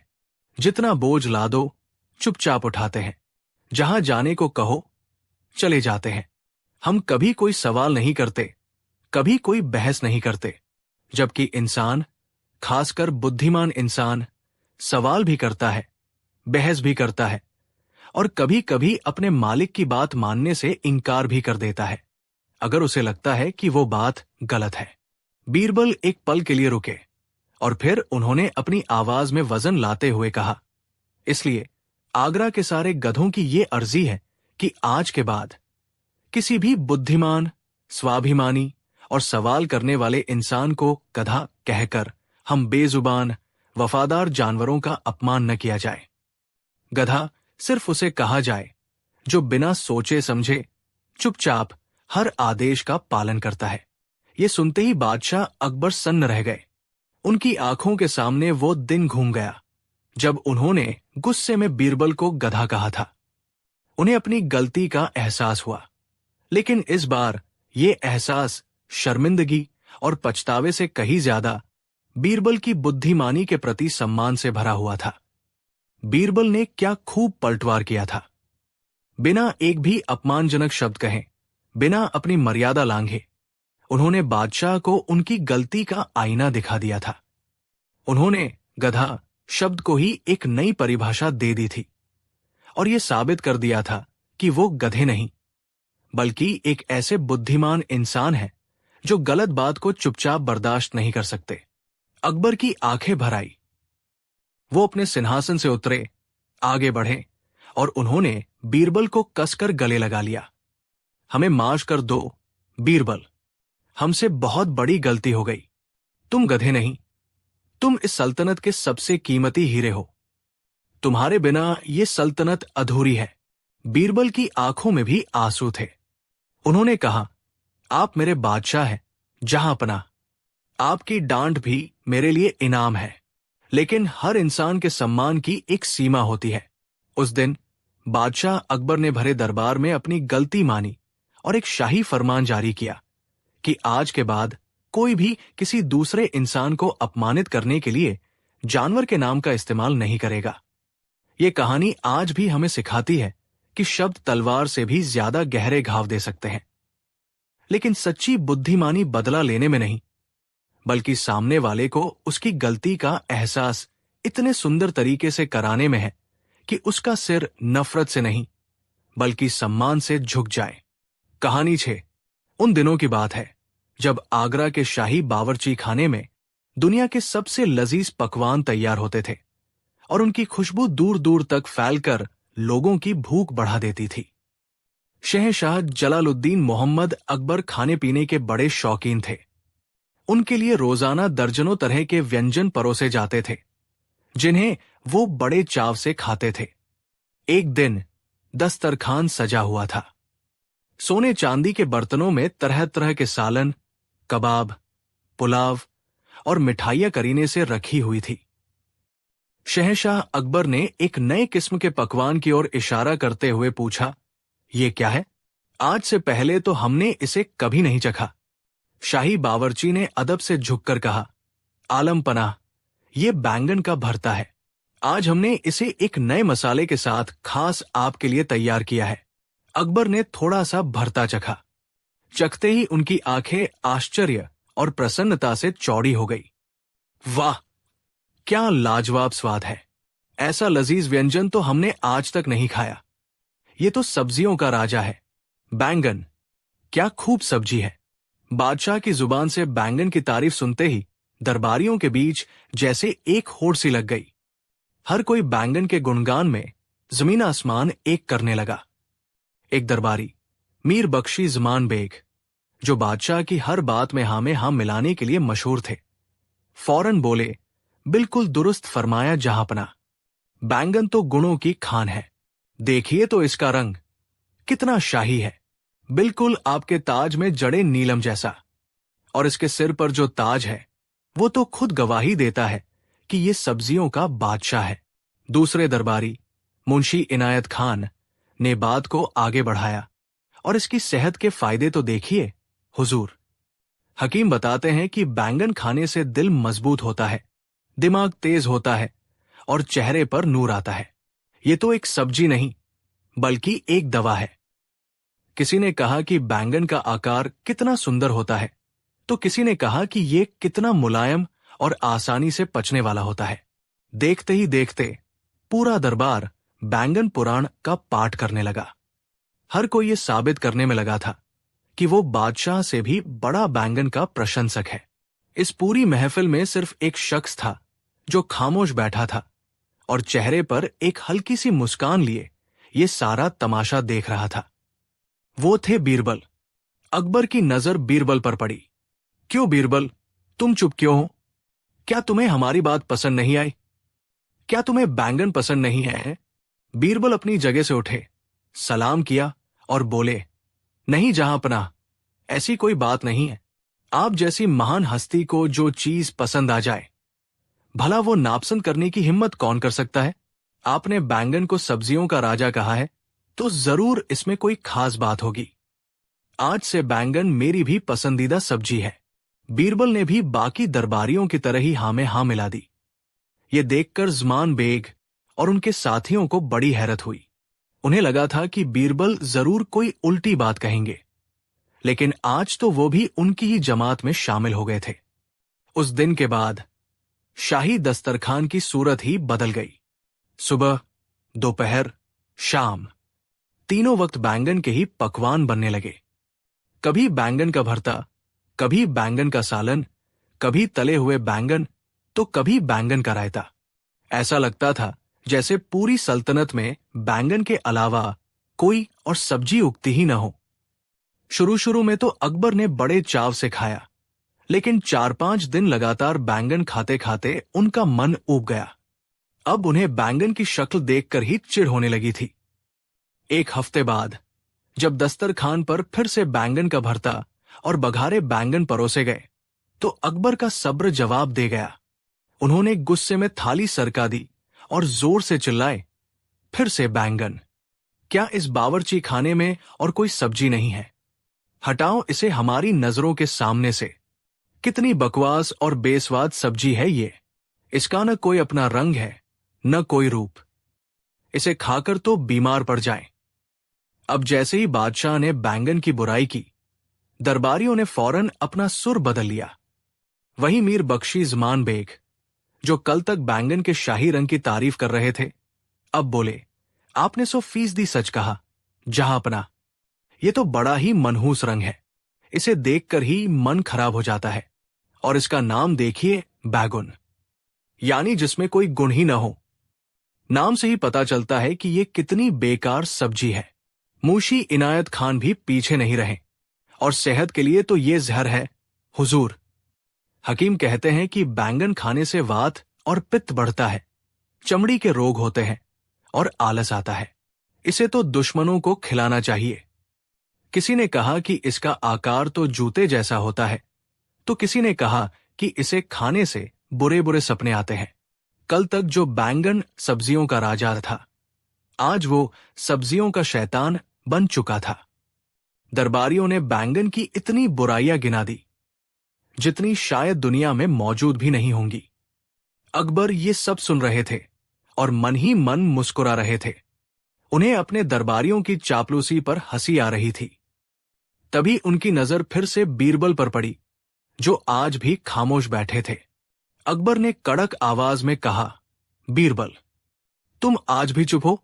उस दिन तो तुम भी बैंगन की बड़ी तारीफें कर रहे थे, कह रहे थे कि वो तुम्हारी पसंदीदा सब्जी है, और आज जब हम उसकी बुराई कर रहे हैं तो तुम्हारे मुंह में जुबान नहीं है। पूरा दरबार एक बार फिर बीरबल की ओर देखने लगा। ज़मान बेग और उनके साथी मन ही मन खुश हो रहे थे। उन्हें लगा कि आज बीरबल बुरी तरह फंस गए हैं। अगर वो बैंगन की तारीफ करते हैं तो बादशाह का गुस्सा झेलेंगे, और अगर बुराई करते हैं तो अपनी पिछली बात से पलट जाएंगे, जिससे ये साबित हो जाएगा कि वह भी एक नंबर के चापलूस है। बीरबल अपनी जगह से उठे। उनके चेहरे पर वही शांत मुस्कान थी। उन्होंने बादशाह को सलाम किया और बड़ी विनम्रता से बोले, जहां पनाह, मैं उस दिन भी सच कह रहा था और आज भी सच ही कहूंगा। अकबर ने हैरानी से पूछा, ये कैसे हो सकता है? उस दिन तुमने बैंगन को अच्छा कहा और आज हम उसे बुरा कह रहे हैं। दोनों बातें एक साथ सच कैसे हो सकती है? बीरबल ने जवाब दिया, आलम पनाह, मैं न तो बैंगन का नौकर हूं और न ही उसका दुश्मन। मैं तो आपका नौकर हूं। मेरा काम आपको खुश रखना है, आपकी सेवा करना है। बैंगन तो एक बेजान सब्जी है, उसमें न कोई अच्छाई है न कोई बुराई। बीरबल ने आगे बढ़कर अपनी बात को और साफ करते हुए कहा, जब आपको बैंगन पसंद था तो मैंने उसके गुण गाए, क्योंकि आपकी खुशी में ही मेरी खुशी थी। और आज जब आपको वो नापसंद है तो मैं भी उसकी बुराई करूंगा, क्योंकि जो चीज मेरे मालिक को नापसंद हो वो मेरे लिए भी बुरी है। जहां पनाह, मुझे बैंगन से कोई लेना देना नहीं है। मुझे तो आपके हुक्म और आपकी रजा से मतलब है। एक वफादार सेवक का यही धर्म होता है कि वो अपने मालिक की पसंद नापसंद का ख्याल रखे। ये सुनते ही पूरे दरबार में सन्नाटा छा गया। बीरबल ने एक ही जवाब में कितनी बड़ी और गहरी बात कह दी थी। उन्होंने न सिर्फ अपनी वफादारी साबित की, बल्कि उन सभी चापलूस दरबारियों को एक करारा तमाचा भी मारा था, जो सिर्फ अपनी कुर्सी बचाने के लिए बादशाह की हाँ में हाँ मिला रहे थे। बीरबल ने यह बता दिया था कि वफादारी और चापलूसी में जमीन आसमान का फर्क होता है। वफादारी मालिक के प्रति होती है, जबकि चापलूसी सिर्फ मौके के प्रति होती है। शहंशाह अकबर बीरबल के इस जवाब से इतने प्रसन्न हुए कि वो अपनी गद्दी से उठ खड़े हुए। उन्होंने बीरबल की पीठ थपथपाई और कहा, मान गए बीरबल, मांग गए, तुम्हारी बुद्धि और तुम्हारी हाजिर जवाबी का कोई मुकाबला नहीं। आज तुमने हमें और इन सभी दरबारियों को एक बहुत बड़ा सबक सिखाया है। उन्होंने बाकी दरबारियों की ओर मुड़कर कहा, तुम सबने सुना बीरबल ने क्या कहा? तुम सब बैंगन की हां में हां मिला रहे थे। तुम सब मौके के गुलाम हो। लेकिन बीरबल बीरबल हमारा वफादार है। उसने ये साबित कर दिया कि एक सच्चे सलाहकार का काम सिर्फ राजा को खुश करना नहीं, बल्कि उसे सही और गलत का आईना दिखाना भी होता है। हां में हां मिलाने वाले दरबारी सल्तनत को ले डूबते हैं, लेकिन बीरबल जैसे सलाहकार सल्तनत को बनाते हैं। उस दिन ज़ुमान बेग और उनके साथियों के चेहरे शर्म से झुक गए। उन्हें अपनी गलती का एहसास हुआ। बादशाह ने हुक्म दिया कि आज के बाद कोई भी दरबारी बिना सोचे समझे सिर्फ चापलूसी करने के लिए उनकी हां में हां नहीं मिलाएगा। हर किसी को अपनी स्वतंत्र और सच्ची राय देने का हक होगा। और इस तरह एक मामूली से बैंगन ने दरबार में सच्चाई और ईमानदारी का एक बहुत बड़ा सबक सिखा दिया। यह कहानी आज भी हमें याद दिलाती है कि किसी भी इंसान की कीमत उसके पद या दौलत से नहीं, बल्कि उसकी ईमानदारी, सच्चाई और अपने उसूलों पर टिके रहने की क्षमता से होती है। हां में हां मिलाना आसान हो सकता है, लेकिन सच के साथ खड़ा होना ही असली बहादुरी है। कहानी 7। उन दिनों की बात है जब हिंदुस्तान की सल्तनत पर शहंशाह जलालुद्दीन मोहम्मद अकबर का परचम लहराता था। आगरा का किला अपनी पूरी शानो शौकत से खड़ा था और यमुना नदी खामोशी से बहते हुए अनगिनत राज अपने सीने में दफन किए हुए थी। दरबार में रौनक थी, हर तरफ खुशहाली का माहौल था, लेकिन इस चमक दमक के पीछे कुछ कोनों में ईर्ष्या और जलन के अंधेरे भी पल रहे थे। शहंशाह अकबर के नवरत्नों में सबसे चमकदार सितारा थे बीरबल। उनकी बुद्धि का लोहा सिर्फ हिंदुस्तान ही नहीं, बल्कि दूर दराज के मुल्कों के बादशाह भी मानते थे। अकबर को बीरबल पर अटूट विश्वास था। कोई भी मुश्किल हो, कोई भी पहेली हो, उसका हल बीरबल के पास जरूर होता था। यही बात दरबार के कुछ अमीरों और सलाहकारों को कांटे की तरह चुभती थी। इन जलने वालों का सरगना था मीर बख्शी ज़मान बेग।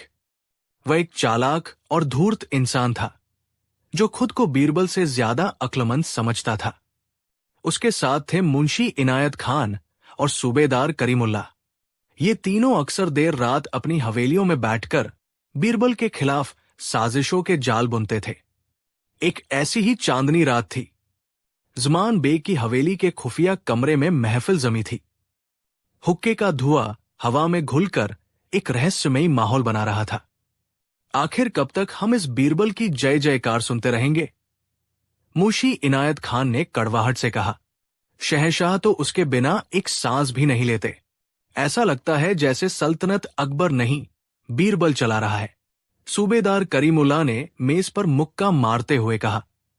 मैंने उसे नीचा दिखाने की 100 कोशिशें की, पर वो हर बार अपनी चतुराई से बच निकलता है। वो जरूर कोई जादू टोना जानता है। ज़मान बेग मुस्कुराया, एक ऐसी मुस्कुराहट जिसमें जहर घुला हुआ था। उसने हुक्के का एक लंबा कश लिया और धुआं छोड़ते हुए बोला, मेरे दोस्तों, जादू टोना नहीं, वो दिमाग का खेल खेलता है। हमें उसे हराने के लिए तलवार नहीं, दिमाग ही चलाना होगा। हमें एक ऐसी चाल चलनी होगी, एक ऐसी पहेली बनानी होगी जिसका कोई जवाब ही न हो, एक ऐसा काम जो नामुमकिन हो। तीनों के चेहरे पर सवालिया निशान उभर आए। कैसा नामुमकिन काम? इनायत खान ने पूछा। ज़मान बेग की आंखों में एक शैतानी चमक उभरी। उसने अपनी आवाज धीमी करते हुए कहा, हम शहंशाह सलामत के मन में एक ऐसी ख्वाहिश पैदा करेंगे जिसे पूरा करना इस दुनिया में किसी के बस में न हो, और उस काम का जिम्मा हम बीरबल पर डलवा देंगे। वो थोड़ा रुका, माहौल में सस्पेंस घोलते हुए बोला, क्या किसी ने कभी घोड़े का अंडा देखा है? ये सुनते ही इनायत खान और करीमुल्लाह चौंक गए। घोड़े का अंडा? ये क्या मजाक है? घोड़ा तो बच्चा देता है, अंडा नहीं। करीमुल्लाह ने कहा, बस यही तो हमारी चाल है। ज़ुमान बेग ने अपनी उंगली उठाते हुए कहा, यही बात तो पूरी दुनिया जानती है। हम शहंशाह को यकीन दिलाएंगे कि दुनिया में कहीं न कहीं किसी खास नस्ल का घोड़ा अंडा भी देता है और वो अंडा सल्तनत की शान बढ़ाएगा। शहंशाह को नायाब चीजों का शौक है, वो हमारी बातों में जरूर आ जाएंगे। और जब वो बीरबल को घोड़े का अंडा लाने का हुक्म देंगे तो बीरबल क्या करेगा? या तो वो हार मान लेगा और शहंशाह की नजरों से गिर जाएगा, या फिर वो झूठ बोलेगा कि ऐसा नहीं हो सकता और हम उसे शहंशाह का हुक्म टालने का मुजरिम बना देंगे। दोनों ही सूरतों में जीत हमारी होगी। ये योजना सुनकर इनायत खान और करीमुल्लाह की आंखें चमक उठीं।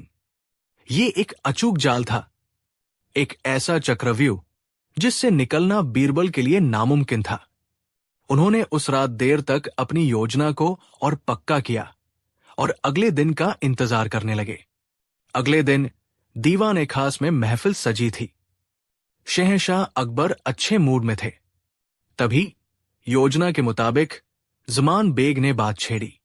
आलम पनाह, कल रात मैं पुरानी सल्तनतों के बारे में एक किताब पढ़ रहा था। उसमें एक बड़ा ही हैरतंगेज जिक्र था।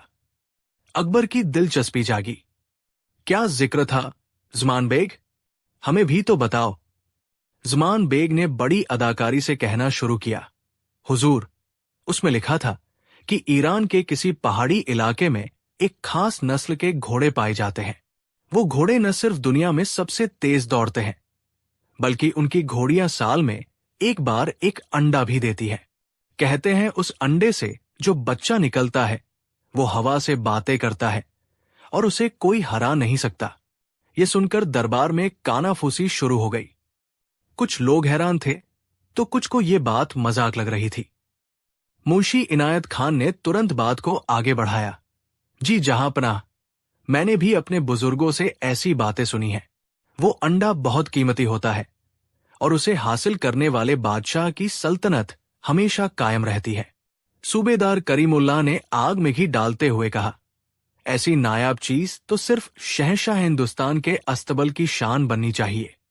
आपकी सल्तनत में हर बेशकीमती चीज है, बस इसी एक की कमी है। अकबर, जो हमेशा अनोखी और दुर्लभ चीजों के शौकीन थे, उनकी बातों में आ गए। उनके मन में उस घोड़े और उसके अंडे को पाने की तीव्र इच्छा जाग उठी। उन्होंने दरबार में चारों ओर देखा और उनकी नजर बीरबल पर जाकर रुक गई, जो खामोशी से ये सारा नाटक देख रहे थे, और उनकी आंखों में एक हल्की सी मुस्कान थी जिसे कोई पढ़ नहीं पा रहा था। बीरबल, शहंशाह ने बुलंद आवाज में कहा, तुमने इस बारे में कुछ सुना है? बीरबल ने अदब से सिर झुकाया। आलम पनाह, दुनिया बहुत बड़ी है और इसमें अनगिनत रहस्य छुपे हैं। हो सकता है ऐसा घोड़ा मौजूद हो। बीरबल ने जानबूझकर गोलमोल जवाब दिया, क्योंकि वो समझ गए थे कि ये एक बुना हुआ जाल है। अकबर ने फैसला कर लिया था। उन्होंने एक शाही फरमान जारी किया, बीरबल, हम तुम्हें ये जिम्मेदारी सौंपते हैं। तुम हमें वो घोड़े का अंडा लाकर दोगे, चाहे इसके लिए तुम्हें दुनिया के किसी भी कोने में जाना पड़े। हम तुम्हें 3 महीने का वक्त देते हैं। अगर तुम ये अंडा ले आए तो तुम्हें मुंह मांगा इनाम मिलेगा, और अगर नाकाम रहे तो हमें तुम्हारी अक्लमंदी पर शक होने लगेगा। ये सुनते ही ज़ुमान बेग और उसके साथियों के चेहरे पर विजयी मुस्कान फैल गई। उन्होंने एक दूसरे को आंखों ही आंखों में बधाई दी। बीरबल फंस चुका था। पूरा दरबार सन्न था। हर कोई जानता था कि यह नामुमकिन काम है। बीरबल ने एक बार फिर सिर झुकाया। जो हुक्म जहांपनाह, आपकी ख्वाहिश पूरी करना मेरा फर्ज है। मुझे 3 महीने की मोहलत और खर्च के लिए कुछ अशर्फियां चाहिए होंगी। अकबर ने तुरंत खजांची को हुक्म दिया। बीरबल ने अशर्फियों की थैली ली और दरबार से चले गए। उनके जाने के बाद ज़ुमान बेग और उसके दोस्त जोर जोर से हंसने लगे। उन्हें यकीन था कि बीरबल या तो 3 महीने बाद खाली हाथ लौटेगा या फिर शहर छोड़कर ही भाग जाएगा। दिन हफ्तों में और हफ्ते महीनों में बदलने लगे। पहला महीना गुजर गया। बीरबल दरबार से गायब थे। शहर में अफवाहें उड़ने लगी। कोई कहता बीरबल डरकर भाग गया, कोई कहता वो पागल हो गया है और जंगलों में घोड़े का अंडा ढूंढ रहा है। ज़मान बेग हर रोज अकबर के कान भरता, देखिए हुजूर, मैंने तो पहले ही कहा था, वो झूठा है, वो आपका हुक्म पूरा नहीं कर सकता। अकबर भी धीरे धीरे चिंतित होने लगे। उन्हें बीरबल की कमी खल रही थी। दरबार बिना बीरबल के सूना सूना लगता था। कई ऐसे मसले सामने आए जिन्हें बीरबल के बिना सुलझाना मुश्किल हो गया था। दूसरा महीना भी बीत गया। अब तो अकबर को भी यकीन होने लगा था कि बीरबल शायद नाकाम हो गया है। ज़मान बेग और उसके साथियों की खुशी का कोई ठिकाना नहीं था। वो दरबार में बीरबल का मजाक उड़ाते और अपनी अगली योजनाओं पर विचार करते, लेकिन बीरबल कहीं भागे नहीं थे। वो आगरा में ही थे, अपनी एक गुप्त योजना पर काम कर रहे थे। पहले कुछ हफ्ते उन्होंने शहर के सबसे माहिर कुम्हार को खोजने में लगाए। जब उन्हें एक बूढ़ा और अनुभवी कुम्हार मिला तो बीरबल ने उसे अपने घर बुलाया। चाचा, मुझे तुमसे एक खास चीज बनवानी है, बीरबल ने कहा। एक ऐसा मिट्टी का बर्तन जो बिल्कुल किसी बड़े से अंडे जैसा दिखे। उसका आकार, उसकी बनावट, सब कुछ एकदम असली अंडे की तरह होना चाहिए। ऊपर से चिकना और गोल, नीचे से थोड़ा नुकीला, लेकिन वो अंदर से खोखला हो और उसमें एक छोटा सा ढक्कन लगाने की जगह भी हो। कुम्हार हैरान था, पर बीरबल का हुक्म था, तो उसने वैसा ही एक बर्तन बनाने का वादा किया। बीरबल ने उसे मुंह मांगी कीमत दी और कहा कि यह बात किसी को पता नहीं चलनी चाहिए। एक हफ्ते बाद कुम्हार ने मिट्टी का एक शानदार अंडा तैयार कर दिया। वो इतना असली लग रहा था कि दूर से कोई भी धोखा खा जाए। इसके बाद बीरबल ने एक और काम किया। उन्होंने शहर के बाहर एक सुनसान जगह चुनी, जहां एक घना कांटेदार झाड़ियों का झुरमुट था। उन्होंने उस मिट्टी के अंडे को उन झाड़ियों के बीचों बीच सावधानी से छिपा दिया। अब बीरबल को अपनी योजना के आखिरी और सबसे अहम हिस्से को अंजाम देना था। उन्होंने एक गरीब लेकिन बहुत ही होशियार और तेज तर्रार लड़के को ढूंढा। उसका नाम दीनू था। बीरबल दीनू को अपने साथ ले गए और उसे कई दिनों तक सिखाया बढ़ाया कि उसे क्या करना है और कब करना है। उन्होंने उसे कुछ अजीब सी आवाजें निकालना भी सिखाया, जो किसी जानवर के बच्चे जैसी लगती थी। देखते देखते 3 महीने पूरे होने में सिर्फ एक दिन बाकी था। शहर में हर तरफ यही चर्चा थी कि कल बीरबल का क्या होगा। ज़मान बेग ने तो जश्न की तैयारी भी कर ली थी। अगली सुबह जब दरबार लगा तो सबकी आंखें दरवाजे पर टिकी थी। ज़मान बेग और उसके साथी मुस्कुरा रहे थे। तभी दरवाजे पर बीरबल दिखाई दिए। उनके कपड़े धूल से सने थे, चेहरा थका हुआ लग रहा था और बाल बिखरे हुए थे। ऐसा लग रहा था जैसे वो एक लंबी और कठिन यात्रा से लौटे हों। अकबर ने उत्सुकता से पूछा, बीरबल, तुम आ गए? कहाँ थे इतने दिन? क्या तुम हमारा दिया हुआ काम पूरा कर पाए? कहाँ है घोड़े का अंडा? बीरबल ने लंबी सांस ली और बोले, आलम पनाह, आपका हुक्म सर आंखों पर। मैंने जमीन आसमान एक कर दिया। ईरान के उन पहाड़ों पर गया जहां के बारे में ज़मान बेग ने बताया था। बड़ी मुश्किलों के बाद मुझे वो नायाब घोड़ा मिल ही गया। ये सुनते ही ज़मान बेग का चेहरा पीला पड़ गया। उसे अपने कानों पर यकीन नहीं हुआ। बीरबल ने अपनी कहानी जारी रखी। उस घोड़े की मालकिन एक मायावी औरत थी। उसने मुझे अंडा देने के लिए एक शर्त रखी। उसने कहा कि ये कोई मामूली अंडा नहीं है, ये एक जादुई अंडा है। इसे जमीन पर रखने से इसकी शक्ति खत्म हो जाएगी। इसे सेने, हैच के लिए किसी इंसान की जरूरत होगी। दरबार में सन्नाटा छा गया। सब लोग बीरबल की कहानी ध्यान से सुन रहे थे। अकबर ने पूछा, कैसी शर्त, कैसा इंसान? बीरबल ने ज़मान बेग की तरफ देखते हुए कहा, हुजूर, उस औरत ने कहा कि इस अंडे को सिर्फ वही इंसान से सकता है जो उस घोड़े का पिता हो। उसने बताया कि घोड़े का पिता कोई और नहीं, बल्कि वो शख्स है जिसने शहंशाह को इस अंडे के बारे में पहली बार बताया था, क्योंकि उसी की वजह से इस अंडे का जन्म हुआ है। ये सुनकर ज़मान बेग के पैरों तले जमीन खिसक गई। वो कांपने लगा। मैं कैसे? ये बकवास है। बीरबल ने बड़ी मासूमियत से कहा। इसमें बकवास क्या है मीरबख्शी? जब एक घोड़ा अंडा दे सकता है तो एक इंसान उसका पिता क्यों नहीं बन सकता? मैंने उस औरत को बहुत समझाया, लेकिन वो नहीं मानी। उसने कहा कि अगर घोड़े के पिता इसे नहीं सेंगे तो अंडे से बच्चा नहीं निकलेगा। इसलिए हुजूर, अंडा तो मिल गया है, पर वो अभी भी शहर के बाहर झाड़ियों में रखा है। अब ज़मान बेग जी को चलकर उसे सहना होगा। अब पूरा दरबार ठहाके लगाकर हंसने लगा। ज़मान बेग का चेहरा शर्म से लाल हो गया। अकबर को सारी बात समझ आ गई। वो बीरबल की चतुराई पर हैरान थे, लेकिन उन्होंने नाटक जारी रखा। ज़मान बेग, ये क्या सुन रहे हैं हम? तुम एक नायाब घोड़े के पिता बन गए और हमें बताया तक नहीं।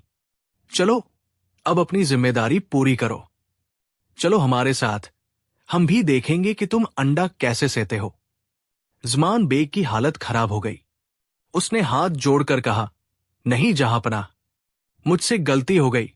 दुनिया में कोई घोड़ा अंडा नहीं देता। ये सब मैंने बीरबल को फंसाने के लिए किया था। लेकिन अकबर कहां मानने वाले थे। नहीं, अब तो फैसला होकर रहेगा।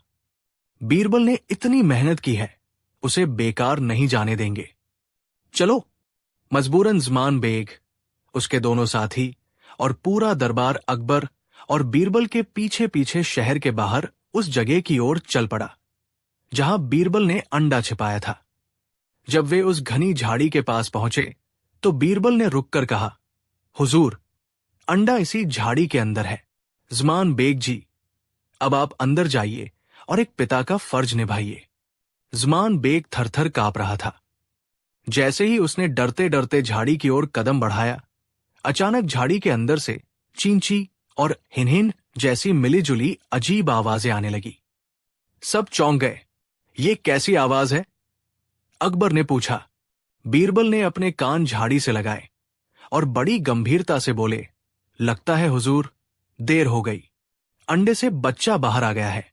वो अपनी मां को पुकार रहा है और इससे पहले कि कोई कुछ समझ पाता, झाड़ियों के अंदर से दीनू, वो लड़का जिसे बीरबल ने सिखाया था, बाहर भागा। उसने अपने सिर पर मिट्टी के टूटे हुए अंडे के टुकड़े रखे हुए थे। वो रोते हुए और जोर जोर से चिल्लाते हुए ज़मान बेग की तरफ भागा। अब्बा, अब्बा, आप कहाँ चले गए थे? मैं कब से आपको पुकार रहा हूं। इन लोगों ने मेरी मां घोड़ी को डराकर भगा दिया। ये नजारा देखकर पूरा दरबार हके बक्के रह गया। एक इंसान का बच्चा खुद को घोड़े का बच्चा बता रहा था और ज़मान बेग को अपना अब्बा कह रहा था। ये इतना हास्यास्पद दृश्य था कि खुद शहंशाह अकबर भी अपनी हंसी नहीं रोक पाए। वो जोर जोर से हंसने लगे और उन्हें हंसता देख पूरा दरबार भी ठहाकों से गूंज उठा। ज़मान बेग, इनायत खान और करीमुल्लाह की इज्जत का जनाजा निकल चुका था। शर्मिंदगी और अपमान से उनके चेहरे देखने लायक थे। दीनू अभी भी ज़मान बेग की टांगों से लिपटकर अब्बा अब्बा चिल्ला रहा था। अकबर ने हंसते हंसते अपनी आंखें पोंछी और बीरबल की पीठ थपथपाई। मान गए बीरबल, मान गए। तुमने न सिर्फ हमारा हुक्म पूरा किया, बल्कि एक घोड़े के अंडे से इंसान का बच्चा भी पैदा करवा दिया। तुमने इन जलने वालों को ऐसा सबक सिखाया है जो ये जिंदगी भर नहीं भूलेंगे। शहंशाह ने ज़मान बेग और उसके दोनों साथियों को उनकी साजिश के लिए कड़ी सजा सुनाई। उन्हें 1 महीने के लिए अस्तबल में घोड़ों की देखभाल और उनकी लीद साफ करने का काम सौंपा गया, ताकि उन्हें याद रहे कि घोड़ा अंडा नहीं देता और किसी के लिए गड्ढा खोदने वाला अक्सर खुद ही उसमें गिरता है। बीरबल को इनाम में सोने की अशर्फिया और एक जागीर दी गई। उस दिन के बाद दरबार में किसी ने भी बीरबल की बुद्धिमानी को चुनौती देने की हिम्मत नहीं की और घोड़े का अंडा एक कहावत बन गया, जिसका मतलब होता था एक नामुमकिन और बेतुकी बात। ये कहानी आज भी हमें सिखाती है कि चतुराई और हाजिर जवाबी से दुनिया की किसी भी मुश्किल और नामुमकिन लगने वाली चुनौती का सामना किया जा सकता है। कहानी 8। उन दिनों की बात है जब मुगलिया सल्तनत का सूरज अपनी पूरी आबोताब से चमक रहा था और शहंशाह अकबर का दरबार दूर दूर तक अपनी न्यायप्रियता और बुद्धिमत्ता के लिए मशहूर था। दरबार की रौनक थे अकबर के नवरत्न, और उन नवरत्नों के सिरमौर थे बीरबल। बीरबल की बुद्धि का लोहा पूरा हिंदुस्तान मानता था। लेकिन जहां बुद्धि का सम्मान था, वहीं कुछ लोग ऐसे भी थे जो ताकत को ही सब कुछ समझते थे। एक दिन दरबार में ईरान से आया एक विशालकाय पहलवान हाजिर हुआ। उसका नाम था गामा पहलवान। गामा का कद किसी देव की तरह था। चौड़ा सीना, फौलादी भुजाएं और चाल में ऐसी अकड़ जैसे वो कोई मामूली इंसान नहीं, बल्कि चलता फिरता पहाड़ हो। उसकी ख्याति ईरान से लेकर अफगानिस्तान तक फैली हुई थी। कहा जाता था कि उसने आज तक कोई कुश्ती नहीं हारी थी और बड़े बड़े सूरमाओं को उसने पलक झपकते ही धूल चटा दी थी। गामा ने दरबार में आकर शहंशाह अकबर को अपने ईरानी अंदाज में सलाम किया और अपनी भारी गरजती हुई आवाज में बोला, शहंशाह हिंद, मैं हूं ईरान का अजय पहलवान गामा। मैंने सुना है कि आपकी सल्तनत में बड़े बड़े शूरवीर और बलवान लोग हैं। मैं आज यहां उन सभी को चुनौती देने आया हूं। है कोई ऐसा माई का लाल जो मेरे साथ दो दो हाथ कर सके?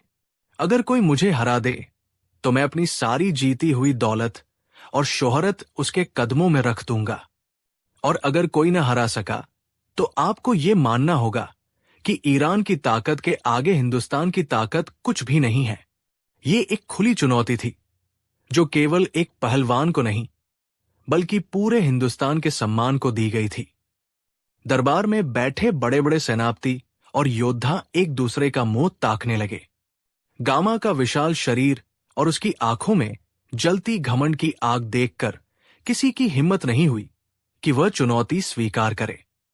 पूरे दरबार में एक खामोशी छा गई जो हिंदुस्तान की हार जैसी लग रही थी। अकबर का चेहरा चिंता से भर गया। ये उनकी सल्तनत की इज्जत का सवाल था। उन्होंने अपनी नजरें घुमाई और उनकी उम्मीद बीरबल पर आकर टिक गई।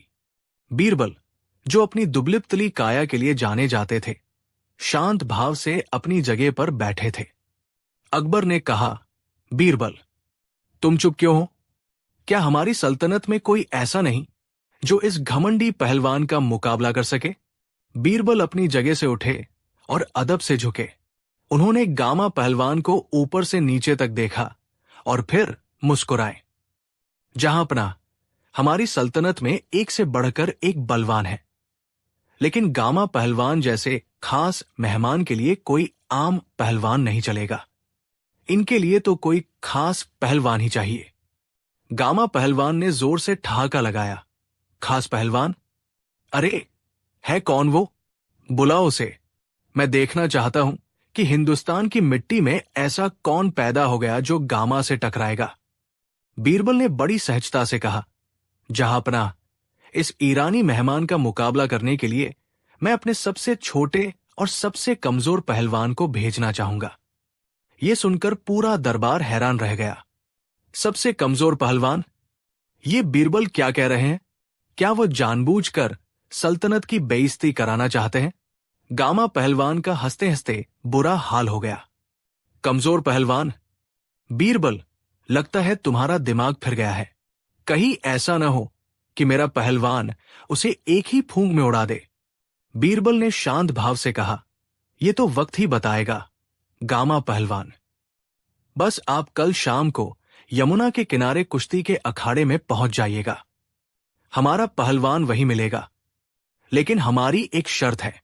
गामा ने अकड़कर पूछा, क्या शर्त है? बीरबल ने कहा, शर्त यह है कि अगर हमारा पहलवान जीत गया तो आपको अपनी सारी अकड़ और घमंड छोड़कर शहंशाह से और हिंदुस्तान की मिट्टी से माफी मांगनी होगी, और आपको यह स्वीकार करना होगा कि सच्ची ताकत शरीर में नहीं, बल्कि बुद्धि और विनम्रता में होती है। गामा ने बिना सोचे समझे शर्त मान ली। उसे अपनी जीत पर 100% यकीन था। वो हंसता हुआ दरबार से चला गया। उसके जाने के बाद दरबार में कानाफूसी शुरू हो गई। सभी बीरबल को कोस रहे थे, एक मंत्री ने कहा, बीरबल, आज तुमने अपनी चतुराई के चक्कर में सल्तनत की नाक कटवा दी। कल जब हमारा पहलवान हारेगा तो हम किसी को मुंह दिखाने लायक नहीं रहेंगे। अकबर भी चिंतित थे।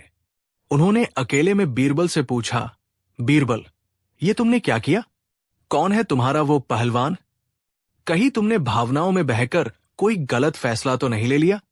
बीरबल ने मुस्कुराकर कहा, सब्र करे जहांपनाह। कभी कभी बड़ी बड़ी चट्टानों को तोड़ने के लिए हथौड़े की नहीं, पानी की एक धार ही काफी होती है। आप बस कल शाम का इंतजार कीजिए।